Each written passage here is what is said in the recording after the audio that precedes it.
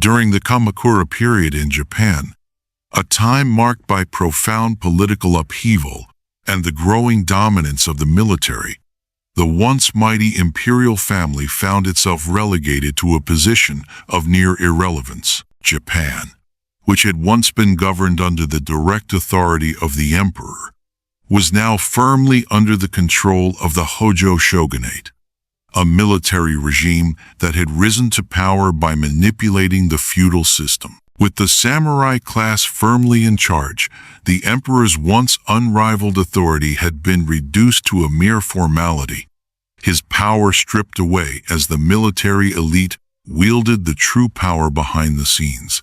The imperial court, which had long been the epicenter of political and cultural life in Japan, became largely symbolic, serving more as a ceremonial institution than as the governing body it had once been. While the emperor remained a revered figure, his role had diminished to that of a figurehead, his decisions constrained by the Hojo, who controlled both military and political affairs. The emperor, once seen as the embodiment of divine authority and the central figure in the governance of the nation, had been reduced to little more than a shadow of his former self. This dramatic shift in power left the emperor in a vulnerable and powerless position. No longer the supreme ruler, the emperor could do little to influence the direction of the empire, which was now largely dictated by the will of the samurai. The once central and unchallenged authority of the emperor had faded into obscurity, replaced by the overwhelming dominance of the military class and the rise of the shogunate. It was a time of great transformation, one where the imperial family's centuries-old influence seemed to slip further and further from their grasp. As the political landscape was reshaped by the samurai's iron grip on power. But in 1183, a young and ambitious emperor, Go-Toba, ascended to the throne. With fire in his heart, he carried the dream of restoring the imperial power that had been slowly eroded by the Hojo shogunate. Go-Toba believed that the emperor's rightful place should once again be at the center of Japan's power structure. His vision was one of a nation led by the imperial family, not the military rulers who had taken control. However, his determination to reclaim the throne for his family would set him on a dangerous and ultimately tragic course. Imagine being born into a legacy of emperors, knowing that your ancestors once ruled supreme over all of Japan, only to see your power slip away into the hands of military generals. Would you accept this fate, bowing to those in power? Or would you rise up and challenge the status quo? Would you risk everything to restore your family's honor, knowing the road ahead would be fraught with peril? Go-Toba faced these very questions, and the choices he made would echo through history. We want to hear from you. Let us know your thoughts in the comments below. Do you think Go-Toba was right to risk everything in his pursuit of power, or did his ambition ultimately lead to his downfall? Was he a hero or a tragic figure who allowed his desire for the throne to blind him to the real costs of rebellion? If you're captivated by this tale of ambition, rebellion, and the high price of power, don't forget to like, subscribe, and share this video with friends who enjoy stories about historical struggles and power plays. The story of Go-Toba is not just a historical event, it's a timeless lesson in the complexity of leadership, the dangerous allure of power, and the consequences of challenging the established order. Share your thoughts, and let's dive deeper into the fascinating dynamics of history. What would you do if you were in Emperor Go-Toba's position? Would you fight to reclaim your rightful place, defying the powerful military regime that controls the country? Or would you surrender to the overwhelming pressure and accept your diminished role in the grand scheme of things? The weight of the imperial legacy would surely be heavy on your shoulders. knowing that your ancestors once wielded absolute power. Yet now, you find yourself at the mercy of the Hojo Shogunate, stripped of the authority you should rightfully hold. Would you risk everything, or choose to fade into the shadows of history? Go-Toba made his choice. Instead of yielding to the Hojo, he chose to fight for his birthright, to take back the imperial power that had been wrested from his family. But in doing so, he unleashed a chain of events that would set Japan on a course of civil conflict and political upheaval, an epic struggle that would ultimately reshape the nation's future.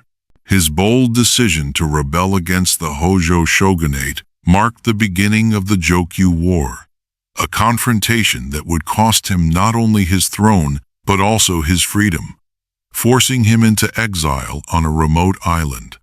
Yet, Go-Toba's ambition and the pursuit of his ideals would continue to echo through the corridors of history, as his failure triggered a legacy of division and struggle for power that lasted for generations.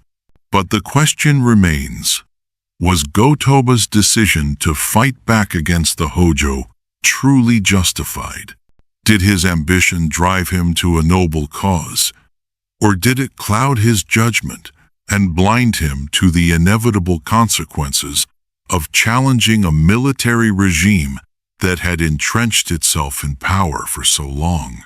Could he have chosen a different path, one that would have preserved the imperial family's dignity without the loss and chaos that followed? Or was his fate sealed from the moment he decided to confront the Hojo? Go-Toba's rise to power was marked by a growing frustration with the Hojo Shogunate. With Japan's political landscape dominated by the samurai and the military elite, the emperor's influence had dwindled to almost nothing. But Go-Toba wasn't content with that. He sought to reclaim the authority of the imperial family and bring the emperor back to the heart of Japanese politics. His decision to challenge the Hojo would ignite the Jokyu War, a dramatic struggle to wrest control back from the military regime that held the reins of power. However, Go-Toba's bold rebellion against the Hojo Shogunate would not go as he planned. Despite rallying support from other samurai and noble families, his forces were no match for the well-trained and powerful Hojo army. The rebellion was swiftly crushed, and Go-Toba, once full of ambition, found himself defeated and exiled to the remote island of Oki. The consequences of his failed rebellion were devastating. Not only did he lose his empire, but his actions also marked the imperial family as vulnerable, further solidifying the Hojo's control over Japan. His attempts to restore imperial authority ended in failure, and the repercussions were felt throughout the country. But Go-Toba's story didn't end there. Even in exile, he continued to influence Japan's political landscape and cultural heritage.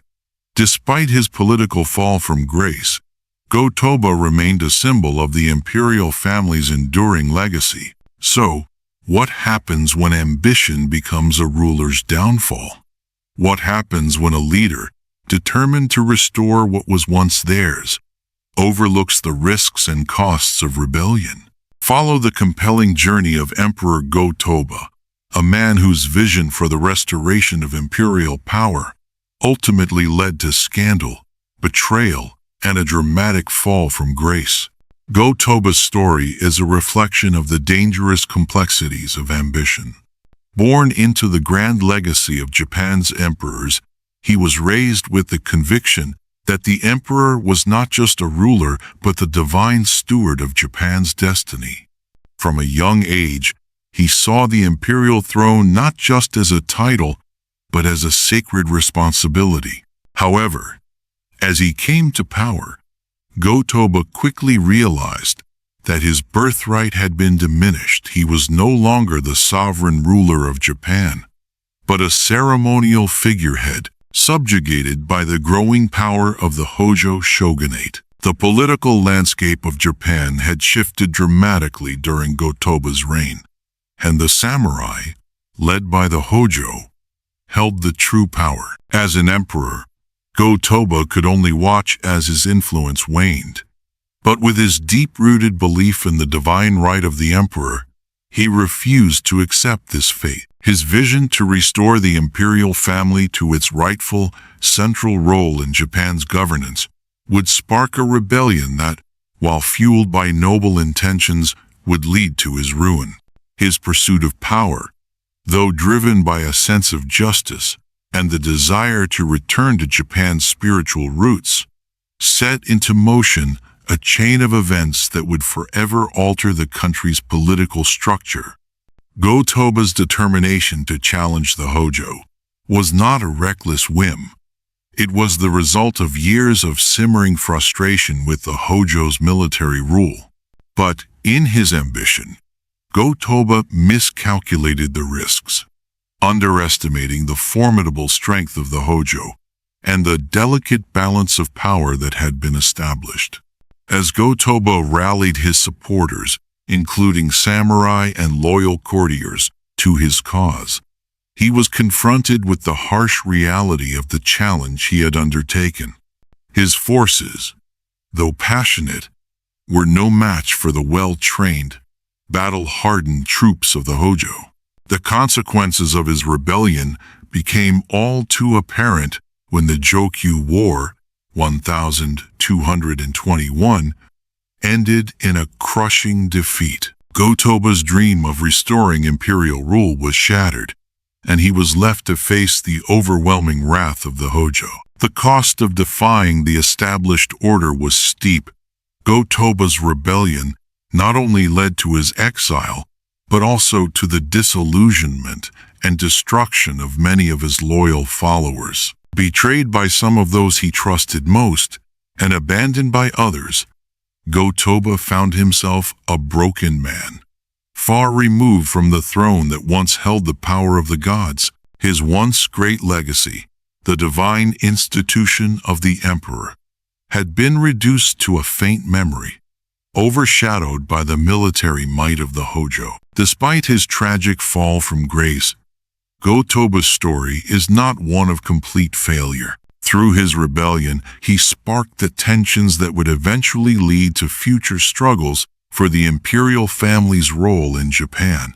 His actions, though ending in defeat, planted the seeds for future generations who, like Go-Toba, believed that the emperor's divine right to rule could not be erased.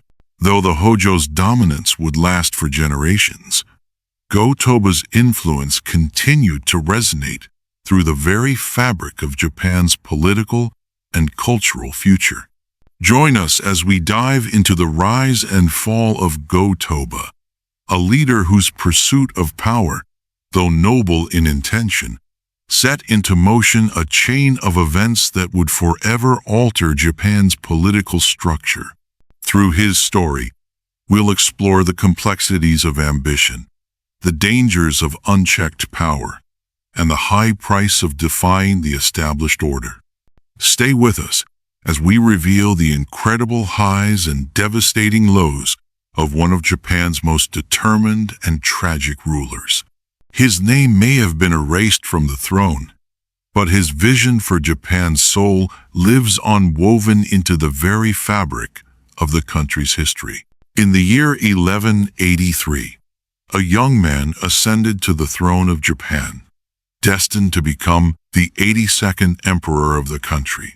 His name was Go-Toba, and at just 14 years old, he inherited the imperial crown, a position of immense prestige, yet one fraught with deep political turmoil. His father, Emperor Fushimi, had passed away, and with his death, the delicate balance of power in Japan seemed to fracture completely. Go-Toba found himself not as an all-powerful ruler, but as a symbolic figurehead, a piece in a much larger game of political maneuvering. Go-Toba's father had been weak in his reign, and the Hojo Shogunate had used that weakness to seize control of the nation. The Hojo, led by Hojo Tokimune, had manipulated the imperial family and installed themselves as the true rulers of Japan, keeping the emperor confined to his ceremonial duties. The emperor was revered as a divine figure, but real power rested in the hands of the Hojo samurai, a military family who ruled Japan with an iron grip. The once powerful imperial court was relegated to a shell of its former self, no longer the center of governance, but merely a symbol of tradition and old glory. In the midst of this political eclipse, Go-Toba began his reign. However, Go-Toba's youthful ambition and conviction set him apart from the other emperors who had come before him. He had grown up hearing stories of Japan's great emperors, those who led the nation not just in spirit, but in action. He could not accept the status quo, a puppet emperor with no real authority. One evening, as the pale moonlight streamed through the palace windows, Go-Toba sat in the quiet solitude of the Shishinden Hall. He stared out at the gardens, feeling a deep sense of discontent. He was an emperor, a descendant of Amaterasu, the sun goddess herself, and yet he could not even influence the course of his own empire. A trusted court official, Yasunori, entered the chamber. He bowed low and, seeing the emperor's troubled expression, spoke softly. "Your Majesty, is all well?" Go-Toba did not immediately respond, his thoughts far away. Then, he turned to face his loyal attendant and spoke with quiet intensity. "Yasunori, how can it be that I sit upon the throne, but the true power rests with the Hojo?" Go-Toba's voice trembled with frustration. The emperor was meant to be the ruler of this land, not a mere figurehead. Our family's legacy cannot fade into mere memory. I will not let the Hojo dictate our future. Yasunori's brow furrowed, and he stepped closer, lowering his voice in reverence. "Your Majesty, the Hojo are powerful. They control the military and the country's resources, but the people still revere you. They still believe in the emperor's divine role." Go-Toba shook his head, his fists clenching. Reverence is not enough. It is not enough to be adored in name. The people need a true ruler, an emperor who guides them, not just a symbol of the past. Yasunori, though loyal, was pragmatic. "But how, Your Majesty? The Hojo's power is entrenched. They have the military, the samurai, and many of our nobles are too frightened to act against them. Then I will gather those who are not afraid." Go-Toba's eyes gleamed with determination. "I will find samurai, nobles, and court officials who still believe in the emperor's authority. We will rebuild what has been lost. I will not sit idly by while the Hojo rule in our name." Yasunori remained silent for a moment, watching the young emperor with a mix of admiration and concern. "Your Majesty, your courage is unparalleled, but be careful. You may find that those who are loyal are fewer than you think. The Hojo's grip on the court is tightening, and any challenge to their rule will be met with fierce opposition." Go-Toba stood, walking toward a table where several scrolls lay. He reached for a poem he had written earlier that day. With a quiet reverence, he read aloud to Yasunori. The words filled with a sense of longing and purpose. "The cherry blossoms fall, but the root of the tree remains. A storm may shake the branch, but it is the roots that give strength." Yasunori looked up, moved by the power of the words. "Your Majesty, your words carry great wisdom. The tree may be shaken, but the roots, your legacy, will never fade." Go-Toba's gaze turned resolute. "The storm is coming, Yasunori. I will restore the Emperor's strength. I will reclaim what is ours. The roots of the Imperial family will hold fast, no matter the storm." Go-Toba's resolve deepened as he began to formulate his plans. He quietly reached out to loyal samurai and influential courtiers who still believed in the Emperor's rightful authority. Go-Toba spoke to Nobutaka, a noble of the Minamoto clan, who had long supported the Emperor in secret. "Nobutaka, I know the Hojo have usurped much of our power, but I have faith that the time will come when the Emperor must rule again. Will you stand with me?" Go-Toba asked. Nobutaka, whose family had once been among the imperial court's fiercest defenders, nodded. "Your Majesty, we may be few, but our cause is just. If the Emperor's strength is to be restored, we will fight for it. I will not stand idly by while the Hojo continue to rule in your name." Go-Toba's allies were few, but each one was steadfast. Slowly, his network of loyalists began to take shape. He started to discuss with them the possibility of gathering samurai, those who were disillusioned with the Hojo and the militarized rule of the samurai class. Together, they began to plan a quiet uprising, one that would not only restore the Emperor's authority, but also reinstate the divine rule of the imperial family. Despite these plans, Go-Toba still had moments of doubt, especially in the quiet moments before sleep. He would wander the palace gardens, gazing at the cherry blossoms, a symbol of fleeting beauty, of a time when Japan was united under the imperial throne. In these moments, he would whisper to himself, "When the winds of fate blow strong, the Emperor's spirit will rise once more, and the people will see their rightful ruler." His belief in the imperial family's destiny never wavered. Go-Toba knew the road ahead would be difficult, but his heart and mind were set. Japan, with its deep cultural ties to the Emperor, would one day return to the leadership of the imperial family. The Hojo's power, though seemingly unassailable, would not stand forever. "The time for a new beginning is coming," Go-Toba whispered to himself, his thoughts carrying into the night air.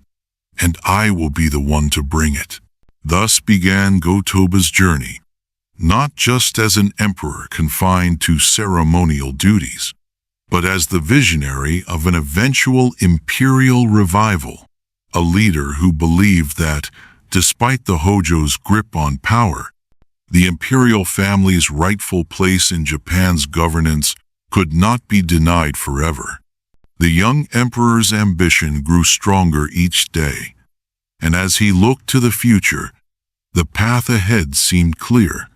Restore the emperor's authority, no matter the cost. In the silence of his chambers, Go-Toba wrote furiously, his mind racing with plans of action, his heart filled with a fiery determination to reclaim what was lost.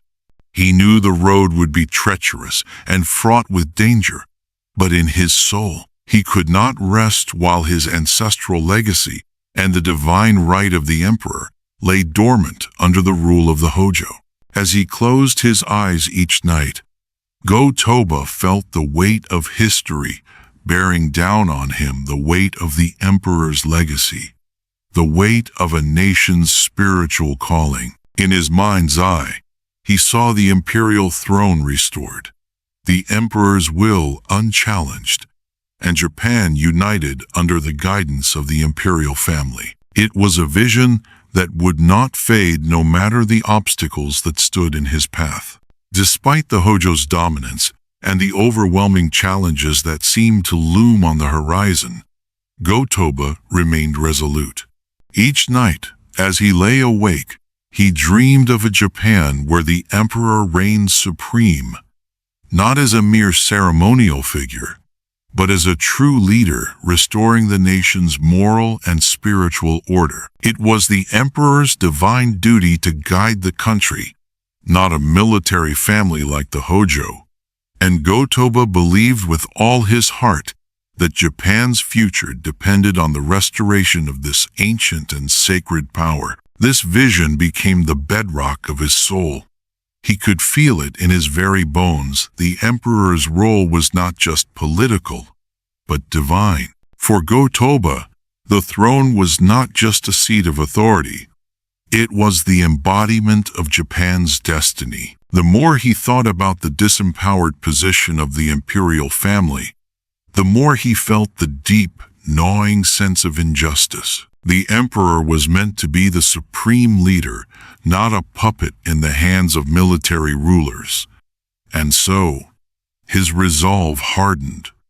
Go-Toba would not simply be a spectator in this drama, he would act, driven by an unyielding belief in the sacred duty of the emperor. He began to lay the groundwork for his rebellion. This was no longer just a personal ambition, but a crusade for Japan's spiritual and political future. Go-Toba's mind worked quickly, weaving together a network of allies, samurai, nobles, and court officials who still believed in the emperor's rightful role. He spoke in whispers, in secret meetings, carefully sowing the seeds of dissent among those who were dissatisfied with the Hojo's control. He knew the risks. He knew the rebellion could fail, and that failure could mean not just the loss of his position, but the obliteration of his legacy. Yet, he could not remain passive.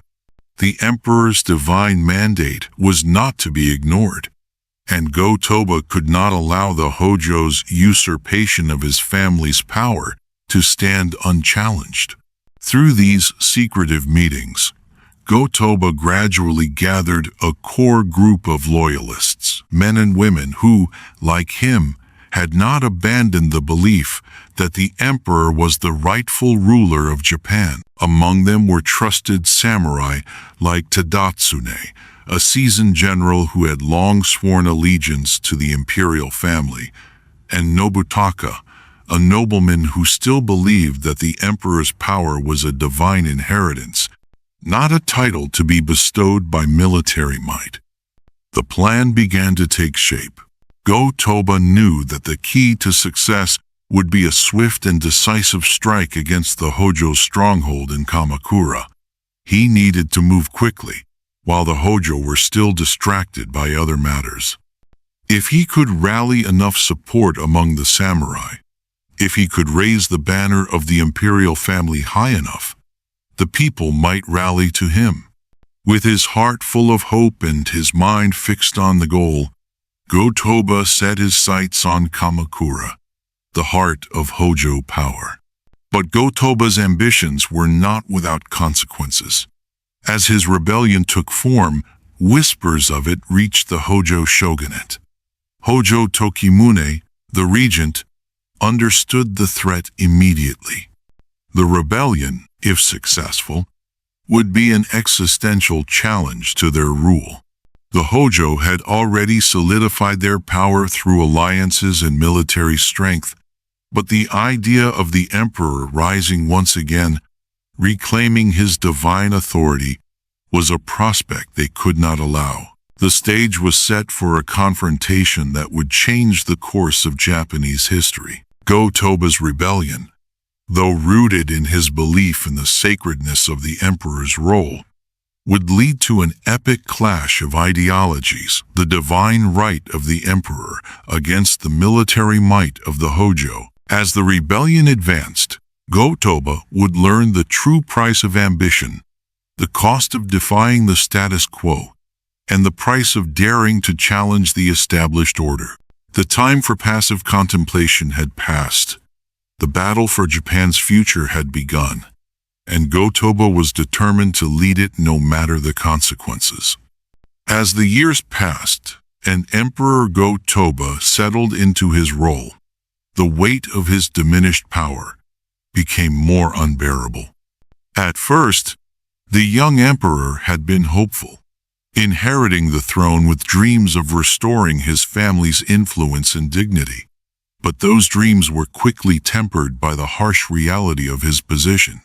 Japan's political landscape had already been seized by the Hojo Shogunate, a powerful military family that had used strategic alliances and force to consolidate control. The Imperial family, once the absolute rulers of Japan, had become nothing more than a symbol, a revered figurehead, but a powerless one, confined to the ceremonial chambers of the palace while the Hojo ruled through their military might. Go-Toba's frustration was not merely rooted in his lack of political power. It stemmed from a deep, personal belief that the emperor was more than a symbolic figure. To him, the emperor was the divine representative of the gods, a sacred leader chosen to guide the nation. He had been raised to believe that the emperor's role was sacred and unassailable. To have that role reduced to nothing but a puppet position, controlled by a military family, was an affront to the very heart of Japan's cultural and spiritual order. One evening, as Go-Toba walked alone in the Imperial gardens, he stopped by a koi pond and gazed at the reflection of the moonlight on the water. He could not shake the feeling that something essential was missing. His thoughts were interrupted when Fujimaru, one of his trusted courtiers, approached him quietly. "Your Majesty, is everything well?" Fujimaru asked, noticing Go-Toba's distracted gaze. Go-Toba turned toward him slowly, his voice filled with frustration. "How can everything be well, Fujimaru? The Hojo hold the reins of power, while we are relegated to nothing more than a symbol of the past." Fujimaru lowered his head in respect. "Your Majesty, I understand your frustration. The Hojo's control is absolute. But the people still see you as the divine ruler, the descendant of Amaterasu. Their reverence for you is not forgotten." Go-Toba's eyes darkened. "Reverence is not enough. The emperor's power should not just be a symbol of divine right. It should be a living, breathing force, guiding the fate of this nation. The emperor must lead, not simply be adored from a distance. The Hojo do not deserve to rule. They are usurpers, not true rulers of this land." Fujimaru hesitated before speaking again, careful in his words. "But, Your Majesty, the Hojo control the army, the samurai, and the military estates. They are a powerful force, and their influence is vast. It is difficult, perhaps impossible, to challenge them directly." Go-Toba turned, his jaw tightening. "You speak of what is possible now, but I believe in the divine right of the emperor. The Hojo may hold power now, but they have no right to it. The emperor is the one who should stand at the heart of Japan's governance. I will not let my family's legacy be confined to a role of ceremony. We must reclaim our place in the land of the gods." A silence fell between them. Fujimaru understood the weight of Go-Toba's words. Though Go-Toba was only a young emperor, his vision and resolve were unmistakable. His frustrations, growing day by day, would soon manifest into action. In the days that followed, Go-Toba's efforts to regain some semblance of control were more subtle at first. He began to appoint his own officials within the imperial court, though these positions were largely symbolic. Still, these small steps were meant to reinforce the notion that the emperor had authority, even if he lacked the power to act directly. The Hojo, however, were swift to notice these moves. Hojo Tokimune, the regent, saw Go-Toba's efforts as a threat, a young emperor trying to reclaim what the Hojo had taken. One evening, Go-Toba met with his longtime advisor, Kozuka. The Hojo will not let us act freely, Kozuka. Their grip on the nation grows stronger every day. Kozuka nodded, his face grave. Your Majesty, I know it pains you, but the Shogunate has consolidated its power. They control the samurai, the military, and the resources of the land. Even those who once swore loyalty to the imperial family have been co-opted by the Hojo. Go-Toba clenched his fists, his gaze hardening. We cannot sit idle, watching our family's legacy fade. We must strike back, Kozuka. I will not be remembered as the emperor who sat by while the Hojo took everything from us. Kozuka looked at Go-Toba with deep respect, but also with concern. Your Majesty, do not mistake your desire for justice for the reality of the times. If you act without careful planning, you will face destruction. The Hojo are not just a political force. They control the military, and their alliances are vast. A direct challenge to them could cost you not just the throne, but your life. Go-Toba's expression softened for a moment, his voice quieter. I know, but I believe that if we do nothing, we will lose not just the throne, but the soul of our nation. I cannot sit back and watch as the Hojo destroy the very essence of what it means to be emperor. That night, Go-Toba penned a poem in the quiet of his chambers, a piece that would come to symbolize his internal battle. The winds of change do not bow to fear. They carry with them the strength of gods. The emperor's heart will burn, though the world trembles, and in the flames our rightful place will rise. These words, though born out of Go-Toba's inner turmoil, would later resonate deeply with those who shared his vision of a restored imperial authority. His growing determination to restore the emperor's power was matched only by his belief in the divine mandate that he carried. For Go-Toba, the emperor was meant to lead, not simply represent. As Go-Toba's frustration with the Hojo reached its peak, he began to seek out samurai and noble families who might still be loyal to the imperial cause. He sent envoys to gather support, both within the imperial court and beyond it, speaking of a future where the emperor, not the Hojo, would lead the nation. He knew the odds were long and the risks enormous, but his vision of a restored imperial family, where the emperor was once again the true ruler of Japan, was now his sole focus. The emperor is the heart of Japan, Go-Toba would say to his allies in hushed tones, and the heart must beat again for the soul of our country. We will restore the power of the throne no matter the cost. His internal conflict was no longer just a matter of personal frustration. It was a call to arms, one that would lead to rebellion, betrayal, and a future that would shake the foundations of Japan itself. The seeds of discontent had been sown, and Go-Toba's resolve would soon lead him into the most dangerous and defining struggle of his life. The fight to reclaim the emperor's divine right had begun, and there was no turning back. Go-Toba knew the risks. He had no illusion about the overwhelming power of the Hojo Shogunate, who had cemented their dominance over Japan. Their military might, their deep-rooted alliances, and their control over the samurai were obstacles that seemed insurmountable. Yet, in the quiet recesses of his mind, Go-Toba believed that his cause was just that the emperor's right to rule was divinely ordained and could not be extinguished by mere military force. This belief fueled him, giving him the strength to pursue the impossible. As word of his plan spread quietly through the ranks of loyal samurai and disillusioned court officials, a movement began to form. Though small at first, the rebellion gained momentum.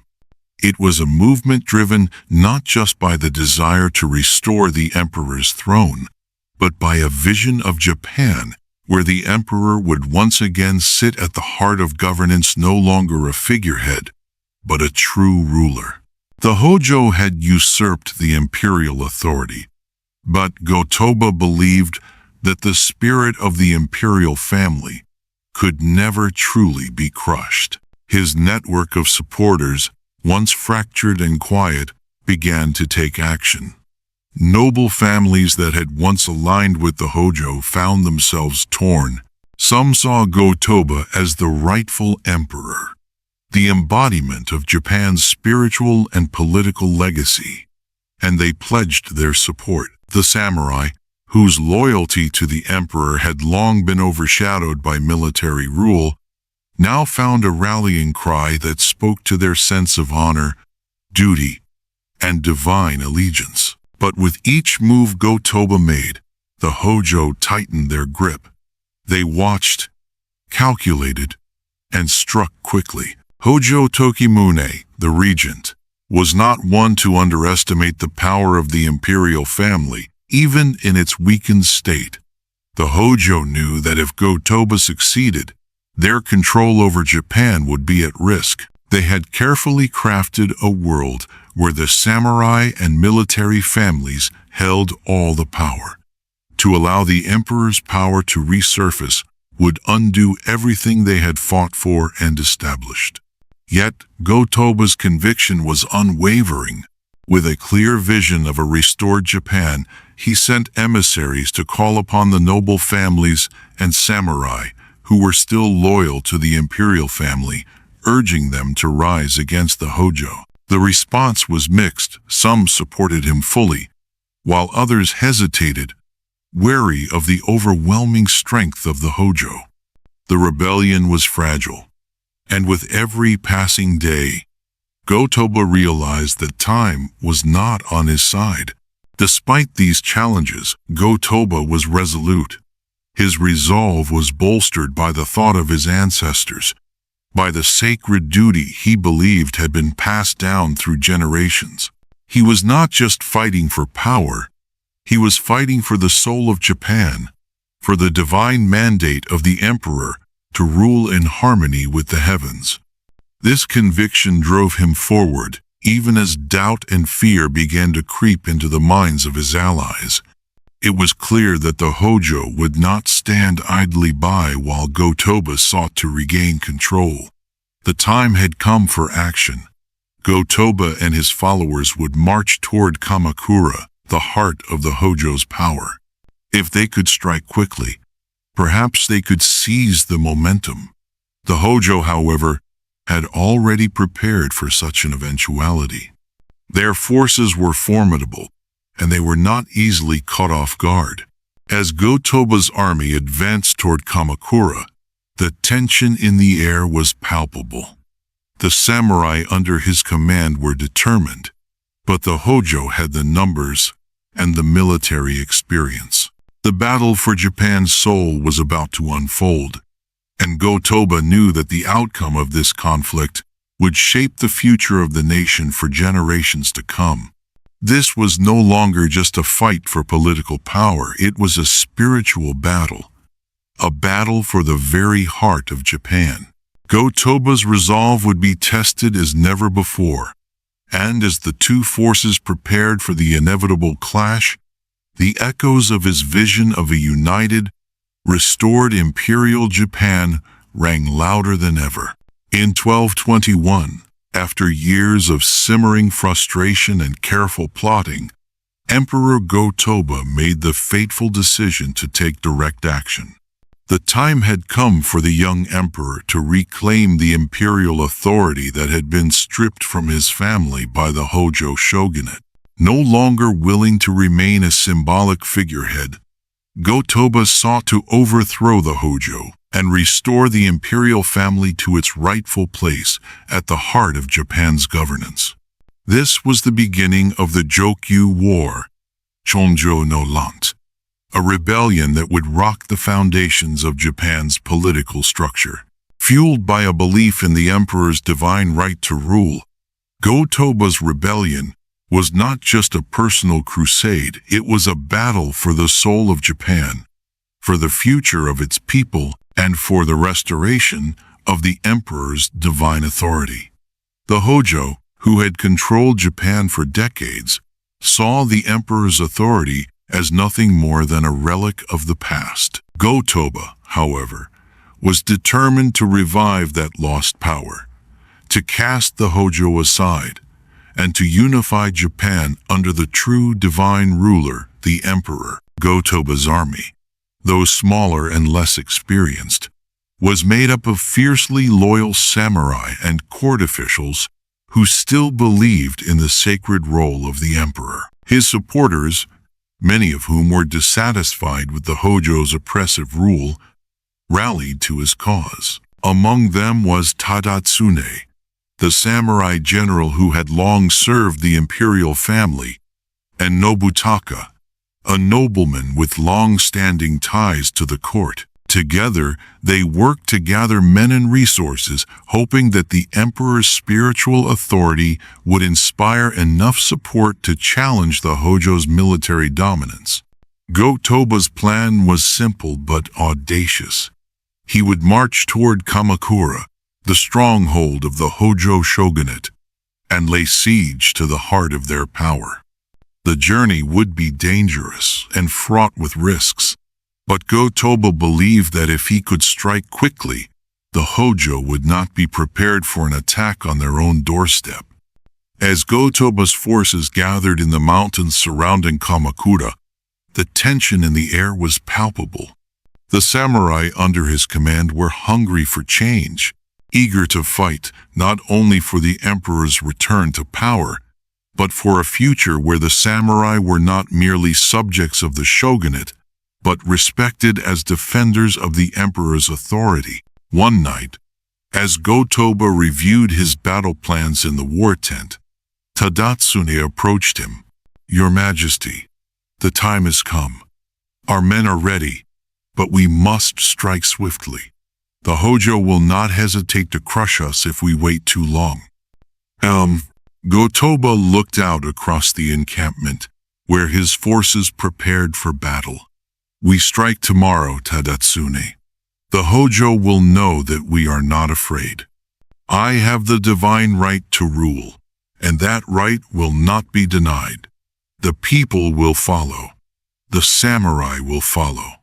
We are not just fighting for power, we are fighting for the soul of this nation." At dawn, Go-Toba's forces began their march toward Kamakura, the heart of the Hojo's military power. The distance between the rebel army and the Hojo forces was not great, but the terrain was treacherous, with dense forests and mountains providing both cover and obstacles. As the two armies drew closer, the air grew thick with anticipation, the sound of war drums echoing across the battlefield. As Go-Toba's forces reached the outskirts of Kamakura, they were met by the Hojo's elite samurai. The Hojo had prepared for this moment, anticipating a rebellion from the imperial family, and they had assembled a formidable force trained soldiers who were well-armed and battle-hardened. The battle was set to take place at the base of the Tama River, where the Hojo had dug in behind fortified positions. The two armies collided with a deafening roar, the clash of swords, armor, and shields filling the air. Go-Toba's forces fought with the fury of men who had long been denied their rightful place. They charged forward, hoping to break through the Hojo's lines and make their way to the heart of Kamakura. Go-Toba stood on a nearby hill, his eyes scanning the battlefield. From his position, he could see the chaos unfolding below the Hojo samurai, advancing with military precision, their forces seemingly endless. The swordplay was brutal, with Go-Toba's men engaging in fierce combat, using their skill and determination to hold their ground. However, the Hojo's army, despite being initially pushed back, regrouped quickly and launched a devastating counterattack. A group of Hojo archers, positioned on the high ground, unleashed a barrage of arrows that rained down on Go-Toba's forces, cutting through the ranks of the rebels. Tadatsune, riding with Go-Toba's vanguard, took a blow from one of the arrows and fell, mortally wounded. He was carried from the field by his men, leaving a gap in the leadership of the Imperial forces. The momentum shifted as the Hojo's reinforcements arrived. More samurai in armor and on horseback appeared from the rear, their cavalry charging into Go-Toba's forces with devastating force. The rebels, despite their bravery, were overwhelmed by the Hojo's superior numbers and the strategic positioning of their enemies. Despite his best efforts, Go-Toba's army was being systematically destroyed. The samurai, who had once been so hopeful and driven, began to falter as the Hojo's forces closed in. The battlefield became a blood-soaked mess of broken shields and shattered swords, the cries of the wounded and dying filling the air. Go-Toba's last line of defense was a fortified hilltop overlooking the battlefield. He and a handful of his most loyal men made their final stand there, holding off the Hojo's advance for as long as they could. The samurai who remained fought with everything they had, but it was clear they were outmatched. As the Hojo's general, Hojo Tokimune, rode forward, his forces broke through the final defenses. Go-Toba, seeing the futility of further resistance, ordered a retreat, but it was too late. The emperor was captured by the Hojo's forces and brought before Tokimune. Hojo Tokimune looked down at the defeated emperor. So, the great emperor believes he can reclaim what was lost by divine right. Your ambition has cost you the throne, Go-Toba. Your reign is over. Go-Toba, bloodied and broken, lifted his head, his eyes filled with defiance. I may have lost this battle, Tokimune, but the emperor's divine right cannot be extinguished so easily. One day, the throne will return to those who are worthy. You may have won today, but the battle for Japan's soul is far from over. Despite his capture, Go-Toba's words echoed across the battlefield, a haunting reminder of the imperial family's divine authority. The Hojo's forces dragged him away, and within a few short days, Go-Toba was exiled to the distant island of Oki, far removed from the political heart of Japan. The failure of the Jokyu War marked Go-Toba's first major defeat and a devastating blow to his ambitions of restoring the imperial family's authority. Within just a few months, the rebellion was quashed, and the Hojo regained full control over the political and military structure of Japan. The samurai who had once supported Go-Toba were either executed or forced into submission, and the Hojo's dominance was solidified. For Go-Toba, the aftermath of the war was a bitter one. The hopeful emperor, who had dared to challenge the Hojo, was now a prisoner of his enemies. His dream of reclaiming the throne was dashed, and the imperial family's once great position seemed forever lost. But Go-Toba's failure did not go unnoticed. His rebellion sparked a wave of dissent among the people, especially the samurai, many of whom felt the weight of the Hojo's dominance. While the rebellion had failed, the seeds of future struggles for power had been planted. The imperial family had been cast aside for now, but their legacy and their rightful place could not be so easily erased. The Hojo may have won the battle, but Go-Toba's vision of an emperor's divine right to rule lived on, haunting the very fabric of Japan's political future. The battle for Japan's soul was far from over, and Go-Toba's legacy would continue to shape the country for generations to come. Even in exile, Go-Toba's spirit remained unbroken. Though stripped of his throne and cast aside to a remote island, his belief in the sacred authority of the emperor burned fiercely. The defeat he faced in the Jokyu War was not the end of his mission. It was only the beginning of a deeper, more spiritual struggle. In the solitude of Oki Island, he poured his soul into poetry, using the art form as both an escape and a weapon. His verses reflected his longing for a time when the emperor would again rule with divine right, and they became a beacon of hope for those who still believed in the emperor's sacred role. Go-Toba's words resonated beyond the confines of his exile, stirring something deep within Japan's collective consciousness. Though politically silenced, the emperor's vision endured through his poetry, which would later inspire a growing movement among the samurai and disillusioned nobles. The idea that the emperor was not just a ceremonial figurehead but the true divine ruler of Japan could not be erased, no matter how firmly the Hojo sought to suppress it. The political consequences of Go-Toba's failed rebellion were profound. The Hojo, though firmly in control of the military and political structure, had not been able to completely crush the imperial family's influence. His actions had exposed the inherent weakness in the Hojo system, the fact that they ruled through military might, but the spiritual legitimacy of the emperor could never be fully replaced.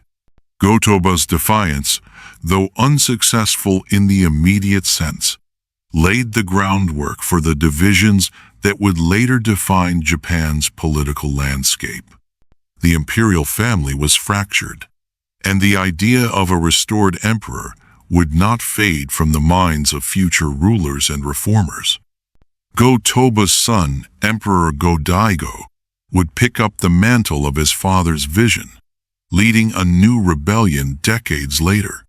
The Namboku-cho period, a long and bloody civil war between two rival imperial courts, would be a direct consequence of Go-Toba's rebellion. His failure had unwittingly sown the seeds for further conflict, as factions within the court, the samurai, and the military elite vied for control over Japan's future.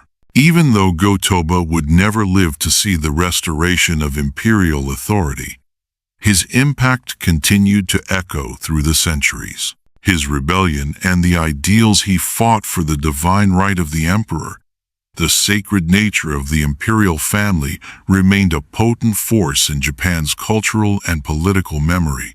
The Hojo may have succeeded in their immediate objective of suppressing the emperor's political power, but Go-Toba's spirit and vision would continue to inspire those who believed in the emperor's rightful place at the center of Japanese governance.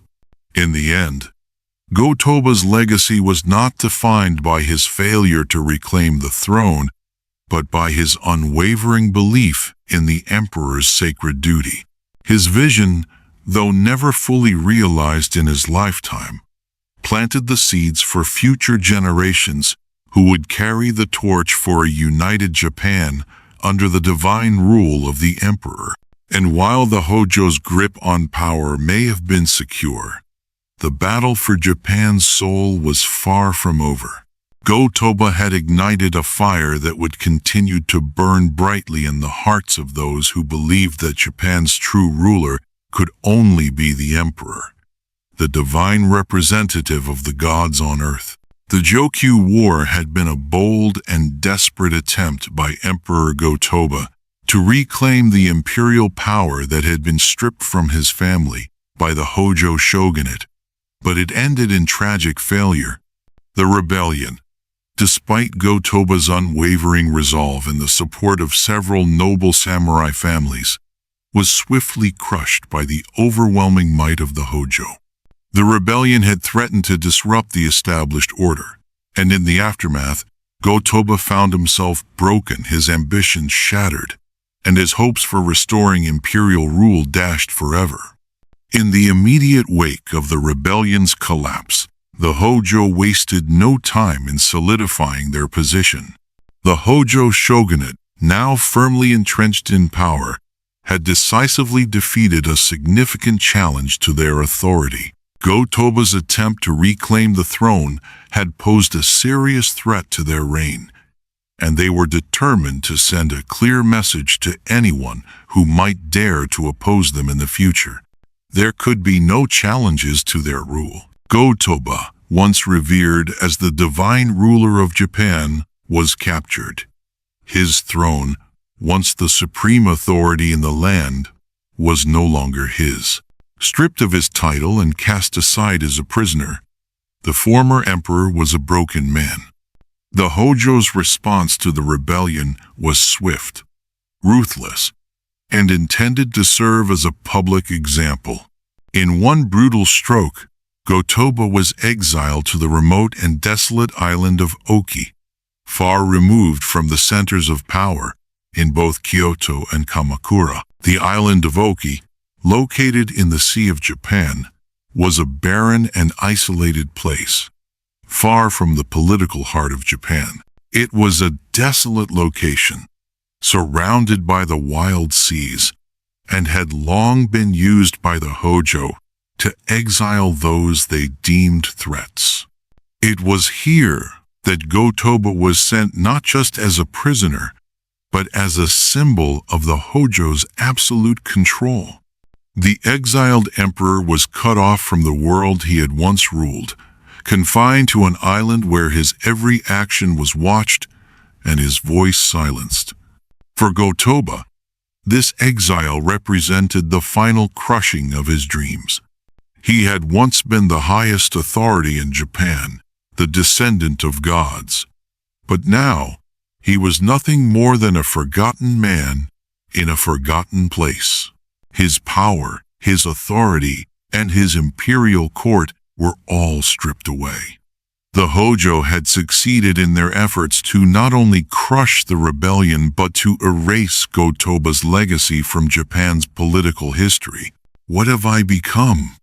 Go-Toba would often ask himself, gazing at the endless horizon. A mere echo of what I once was. In the silence of exile, Go-Toba came to terms with the magnitude of his defeat.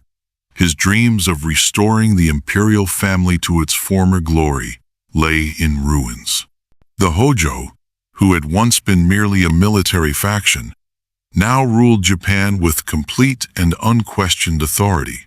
The once mighty imperial court, which had served as the heart of the country's governance, was reduced to a symbolic relic, with no real power or influence. The emotional toll of Go-Toba's downfall was immense. To lose the throne was not just a political defeat for him, it was a personal tragedy. Go-Toba had not simply fought for the throne out of ambition. He had believed deeply and passionately in the sacred duty of the emperor.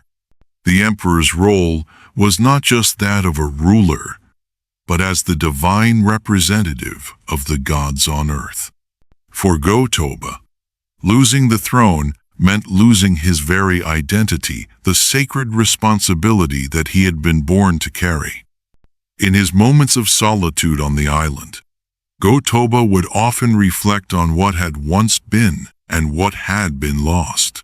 The imperial family's authority, he believed, was not simply a matter of political control, it was a divine right. The idea that a military family like the Hojo could wield more power than the emperor was not only offensive, it was sacrilegious. One evening, as he sat in the quiet of his exile, Go-Toba took up his brush and began to write, expressing his inner turmoil in poetry. The winds of fate blow cold upon this land. The emperor, once proud, now rests on sand. My soul is broken, my dreams shattered wide, but the emperor's blood still flows deep inside. These verses, though filled with sorrow and regret, were Go-Toba's way of holding on to his belief in the sacredness of the emperor's role. Even in the depths of exile, he clung to the idea that the imperial family was still Japan's true guiding force. Go-Toba's rebellion had not only cost him the throne, but also the loyalty of those who had stood beside him. Many of his samurai and noble supporters were either executed or exiled alongside him. Tadatsune, the loyal samurai who had served Go-Toba faithfully throughout the rebellion, was captured and executed by the Hojo's forces. His death was a painful reminder to Go-Toba of the cost of his ambition. His other supporters, those who had believed in the emperor's cause, were scattered or defeated. Many of the samurai families who had risen to fight for Go-Toba's vision of a restored imperial Japan were forced into submission, their hopes for a new imperial order dashed by the Hojo's overwhelming power. These once proud warriors were now forced to reckon with the reality that the Hojo had solidified their control, and the rebellion they had fought so fiercely for had been in vain. With Go-Toba's exile, the Hojo shogunate tightened its grip on Japan. They had defeated the imperial family's last serious challenge, and the emperor was now a figurehead in the truest sense. Go-Toba's rebellion had revealed the fault lines between the imperial family and the military elite, but the Hojo made sure that those fault lines would never again be allowed to crack open. They neutralized any lingering threats to their rule, and the imperial court was further isolated from any meaningful role in Japan's political life. The Hojo's dominance, now uncontested, would continue for decades. Japan would be ruled by military families, not by the divine right of the emperor. The imperial family, once the central authority of Japan, would now be relegated to a symbolic role in a world where the true power lay in the hands of the samurai and the shogunate. While Go-Toba's physical exile marked the end of his political career, his emotional and spiritual exile was far deeper. He had once held the emperor's mantle with great pride and vision, but now he was nothing more than a forgotten man on a remote island. His name, once synonymous with power, had become linked to failure. Yet, even in exile, Go-Toba refused to be entirely silenced. His poetry, written during his darkest hours, became a form of cultural resistance. His works captured the pain of loss, the sorrow of defeat, and the lingering hope that the imperial family's divine right would one day be restored. Though Go-Toba's political ambition had ended in ruin, his cultural legacy endured. His poems, filled with the longing for a restored Japan, would live on. Go-Toba's defeat may have left him a broken man, but his vision of the emperor's divine authority continued to inspire generations of future rulers and reformers. The Hojo had won the battle, but Go-Toba's legacy, his unyielding belief in the sacred role of the emperor, would remain a haunting reminder of the imperial family's rightful place in the hearts and minds of the people. The emperor had fallen, but the idea of the emperor was far from gone. The Jokyu War had been more than just a military failure for Emperor Go-Toba. It sparked a deep political scandal that would reverberate throughout Japan. His bold attempt to overthrow the Hojo shogunate was viewed by many as a betrayal not just of the Hojo family, but of the entire political order that had come to define the governance of Japan. Go-Toba's actions, once seen as an act of ambition, were now regarded as a tragic misstep that threatened the political stability of the nation. The consequences of his rebellion went far beyond just military defeat. They fractured Japan's delicate political and cultural landscape, sowing seeds of division that would persist for generations.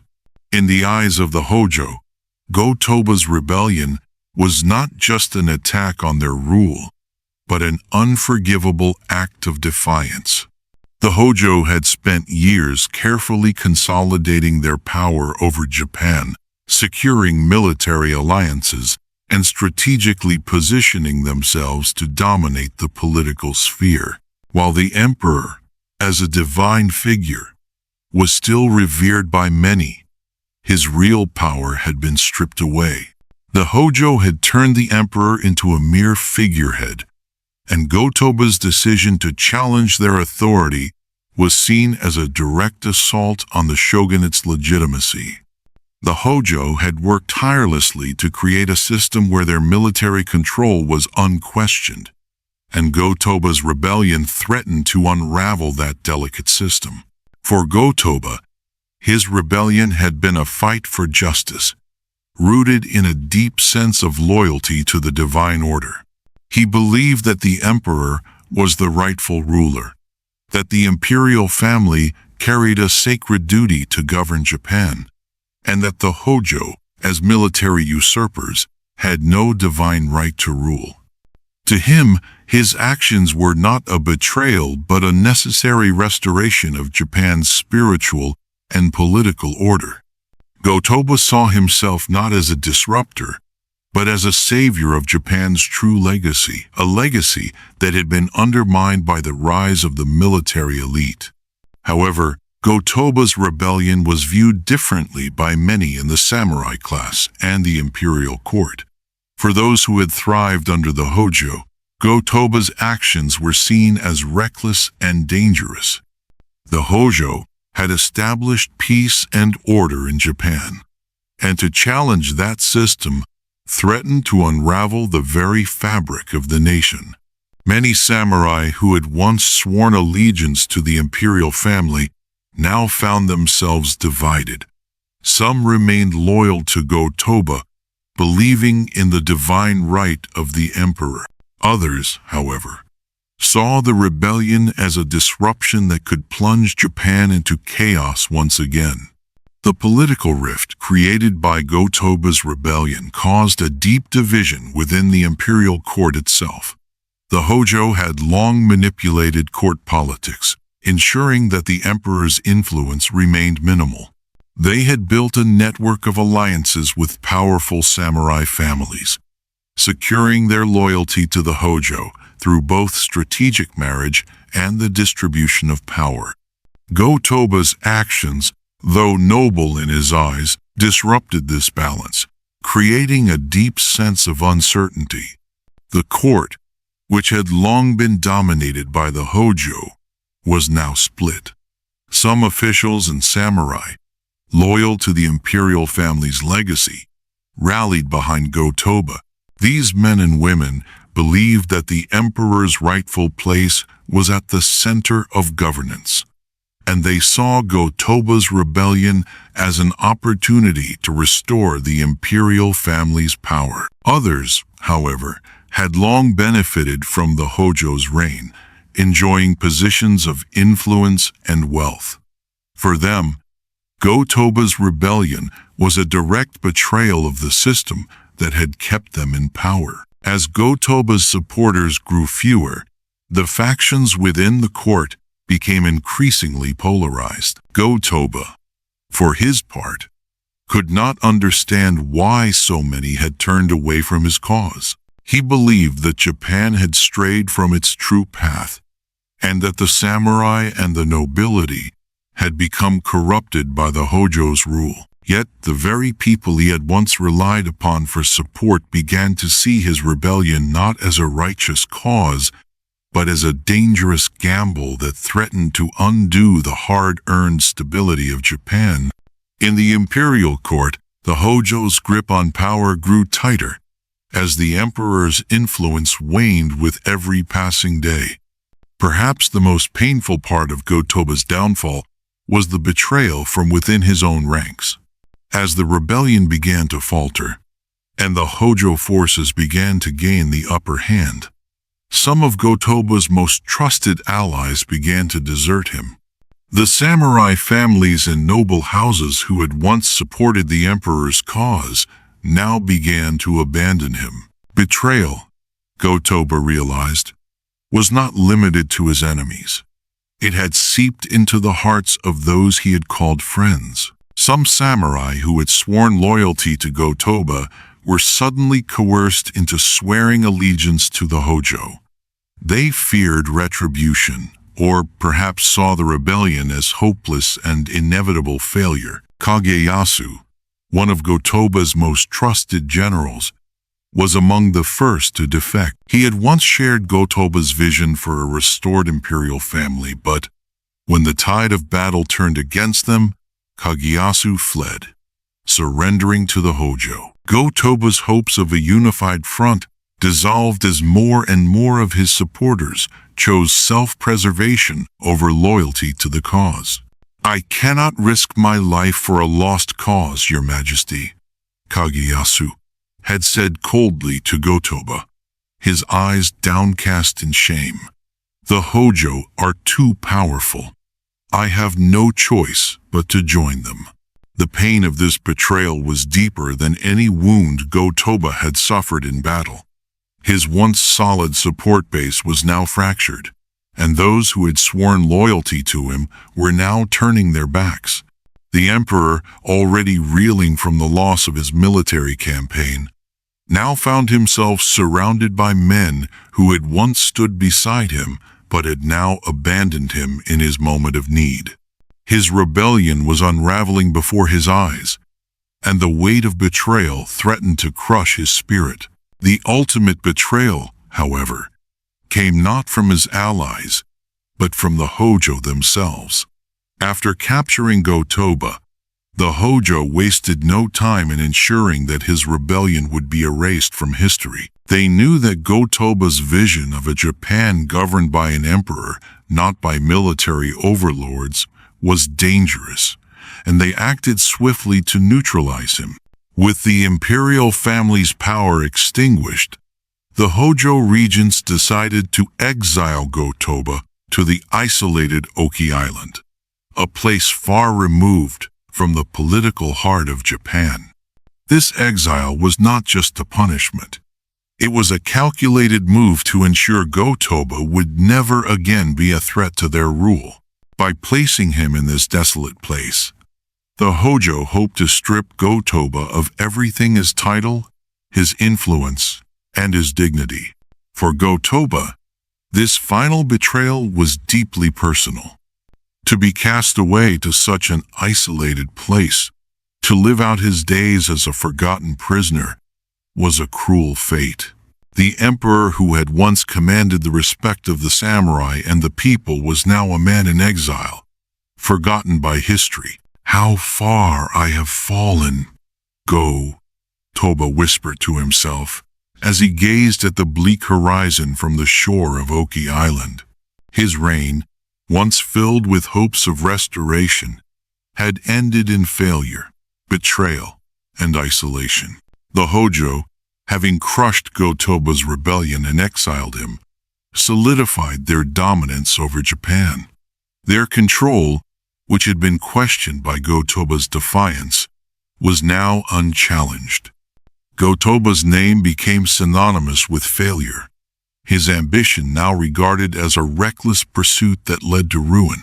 Though the imperial family was sidelined and powerless, Go-Toba's legacy did not end with his exile. His rebellion may have failed, but the ideals that fueled it, his belief in the divine right of the emperor, and his vision of a unified Japan under imperial rule, would echo through the ages. In his exile, Go-Toba found solace in poetry and the arts, his cultural contributions becoming a lasting testament to a man who, though defeated in the political arena, had left an indelible mark on Japan's spiritual and cultural heritage.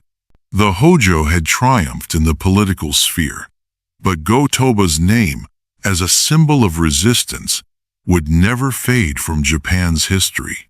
Despite his exile, despite the crushing defeat of his rebellion, his spirit lingered in the hearts of those who believed in the sanctity of the emperor's divine right to rule.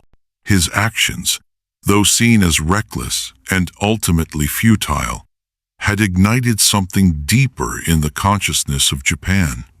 A flame had been lit, and though it had flickered out in the winds of political upheaval, it would continue to burn in the minds of future generations. In the quiet isolation of Oki Island, Go-Toba came to understand that while he may have lost the political struggle, his true legacy lay not in the throne he had once occupied, but in the cultural and spiritual impact of his defiance. Through his poetry, written during his exile, Go-Toba captured the very essence of his rebellion, the enduring belief that the emperor's role was sacred and could never be completely erased, no matter how firmly the Hojo held power. As he wrote, the very act of creation became his form of resistance. The words he wrote were not just expressions of personal loss or grief. They were acts of defiance against the military domination that had supplanted the imperial family. His poems spoke of impermanence, of exile, but also of hope. The hope that the imperial family would one day return to its rightful place. They were a testament to the resilience of the human spirit, a message to future generations that even in the darkest moments, the ideals of the emperor's divine right would never be fully extinguished. Though he never regained the throne, Go-Toba's poetic works became a cornerstone of Japanese literature, revered for their emotional depth and intellectual rigor. His name lived on through his cultural contributions, outlasting the Hojo shogunate's dominance and resonating with those who, like him, longed for a return to a Japan where the emperor stood at the heart of the nation's governance. The Hojo had succeeded in suppressing the imperial power, but Go-Toba's legacy as a poet and spiritual leader ensured that the idea of imperial sovereignty remained ingrained in Japan's cultural fabric. In the years following his death, the seeds Go-Toba had sown began to sprout. The political unrest he had sparked continued to simmer beneath the surface of Japanese society, eventually leading to the rise of competing imperial courts during the Nanbokucho period. His descendants, particularly his son Go-Daigo, would take up the cause he had championed, though at great cost. The struggle for imperial restoration was far from over, and while Go-Toba may not have lived to see it, his defiance had set into motion a series of events that would alter Japan's course for centuries. Go-Toba's name became synonymous with the enduring struggle between the military and the emperor, a struggle that would continue to define Japan's political landscape for generations to come.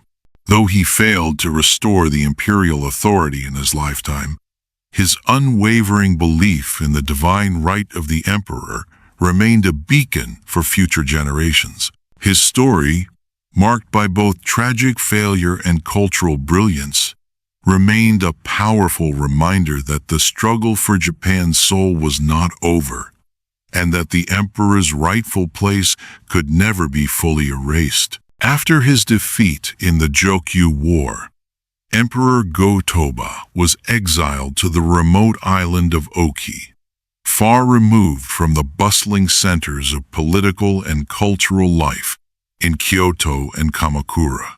The island, a desolate and isolated place surrounded by the cold waters of the Sea of Japan, was the perfect place for the Hojo to imprison a once powerful emperor, effectively severing him from the political landscape.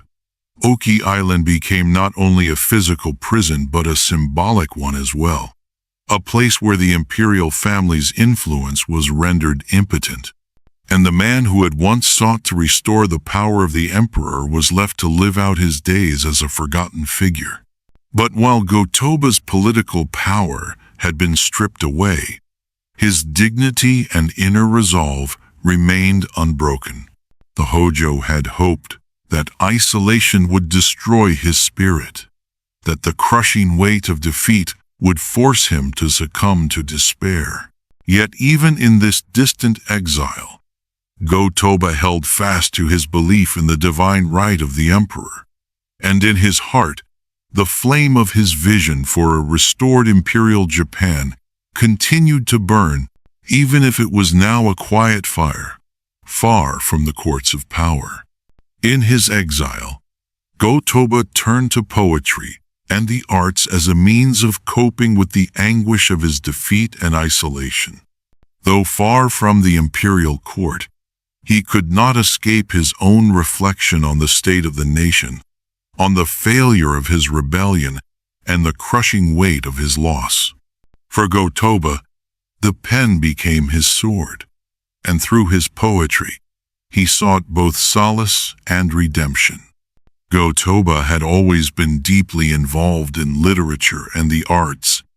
Even during his time as emperor, his appreciation for waka, traditional Japanese poetry, had been well known, and he had been a patron of the arts throughout his reign. In exile, poetry became not just an artistic pursuit but a lifeline, a way for Go-Toba to express his inner turmoil, to grapple with the sense of loss that plagued him, and to confront the very essence of imperial authority. In the silence of Oki Island, far from the world he once ruled, Go-Toba poured his heart into his verses. Beneath the moon, I gaze upon the sea, a symbol of the fleeting nature of life. The winds carry whispers of what was, but the emperor's spirit endures, unbroken. These were not just words of sorrow. They were an affirmation of Go-Toba's belief in the imperial family's divine right, a belief that had sustained him throughout his life and had driven him to rebel against the Hojo. His poems reflected a profound understanding of impermanence, the fleeting nature of power, of life itself, and yet they also carried with them a deep sense of resilience and hope. Even in exile, Go-Toba was determined to preserve the spirit of the emperor. He wrote prolifically during his years in exile. His works, particularly in the Kaki no Tachi praise poetry style, were filled with lamentations and regret over Japan's current state, but they also conveyed a longing for the days when the emperor would once again hold true power. His poetic legacy would later be remembered as a testament to the enduring spirit of the emperor, a spiritual legacy that transcended his political failure. While Go-Toba found some degree of peace in his creative endeavors, his relationships with his family became increasingly strained. The imperial family, already weakened by his rebellion and the political fallout of his failure, now found itself torn. Go-Toba's sons, who had once looked to him as a father and ruler, were also affected by the political climate.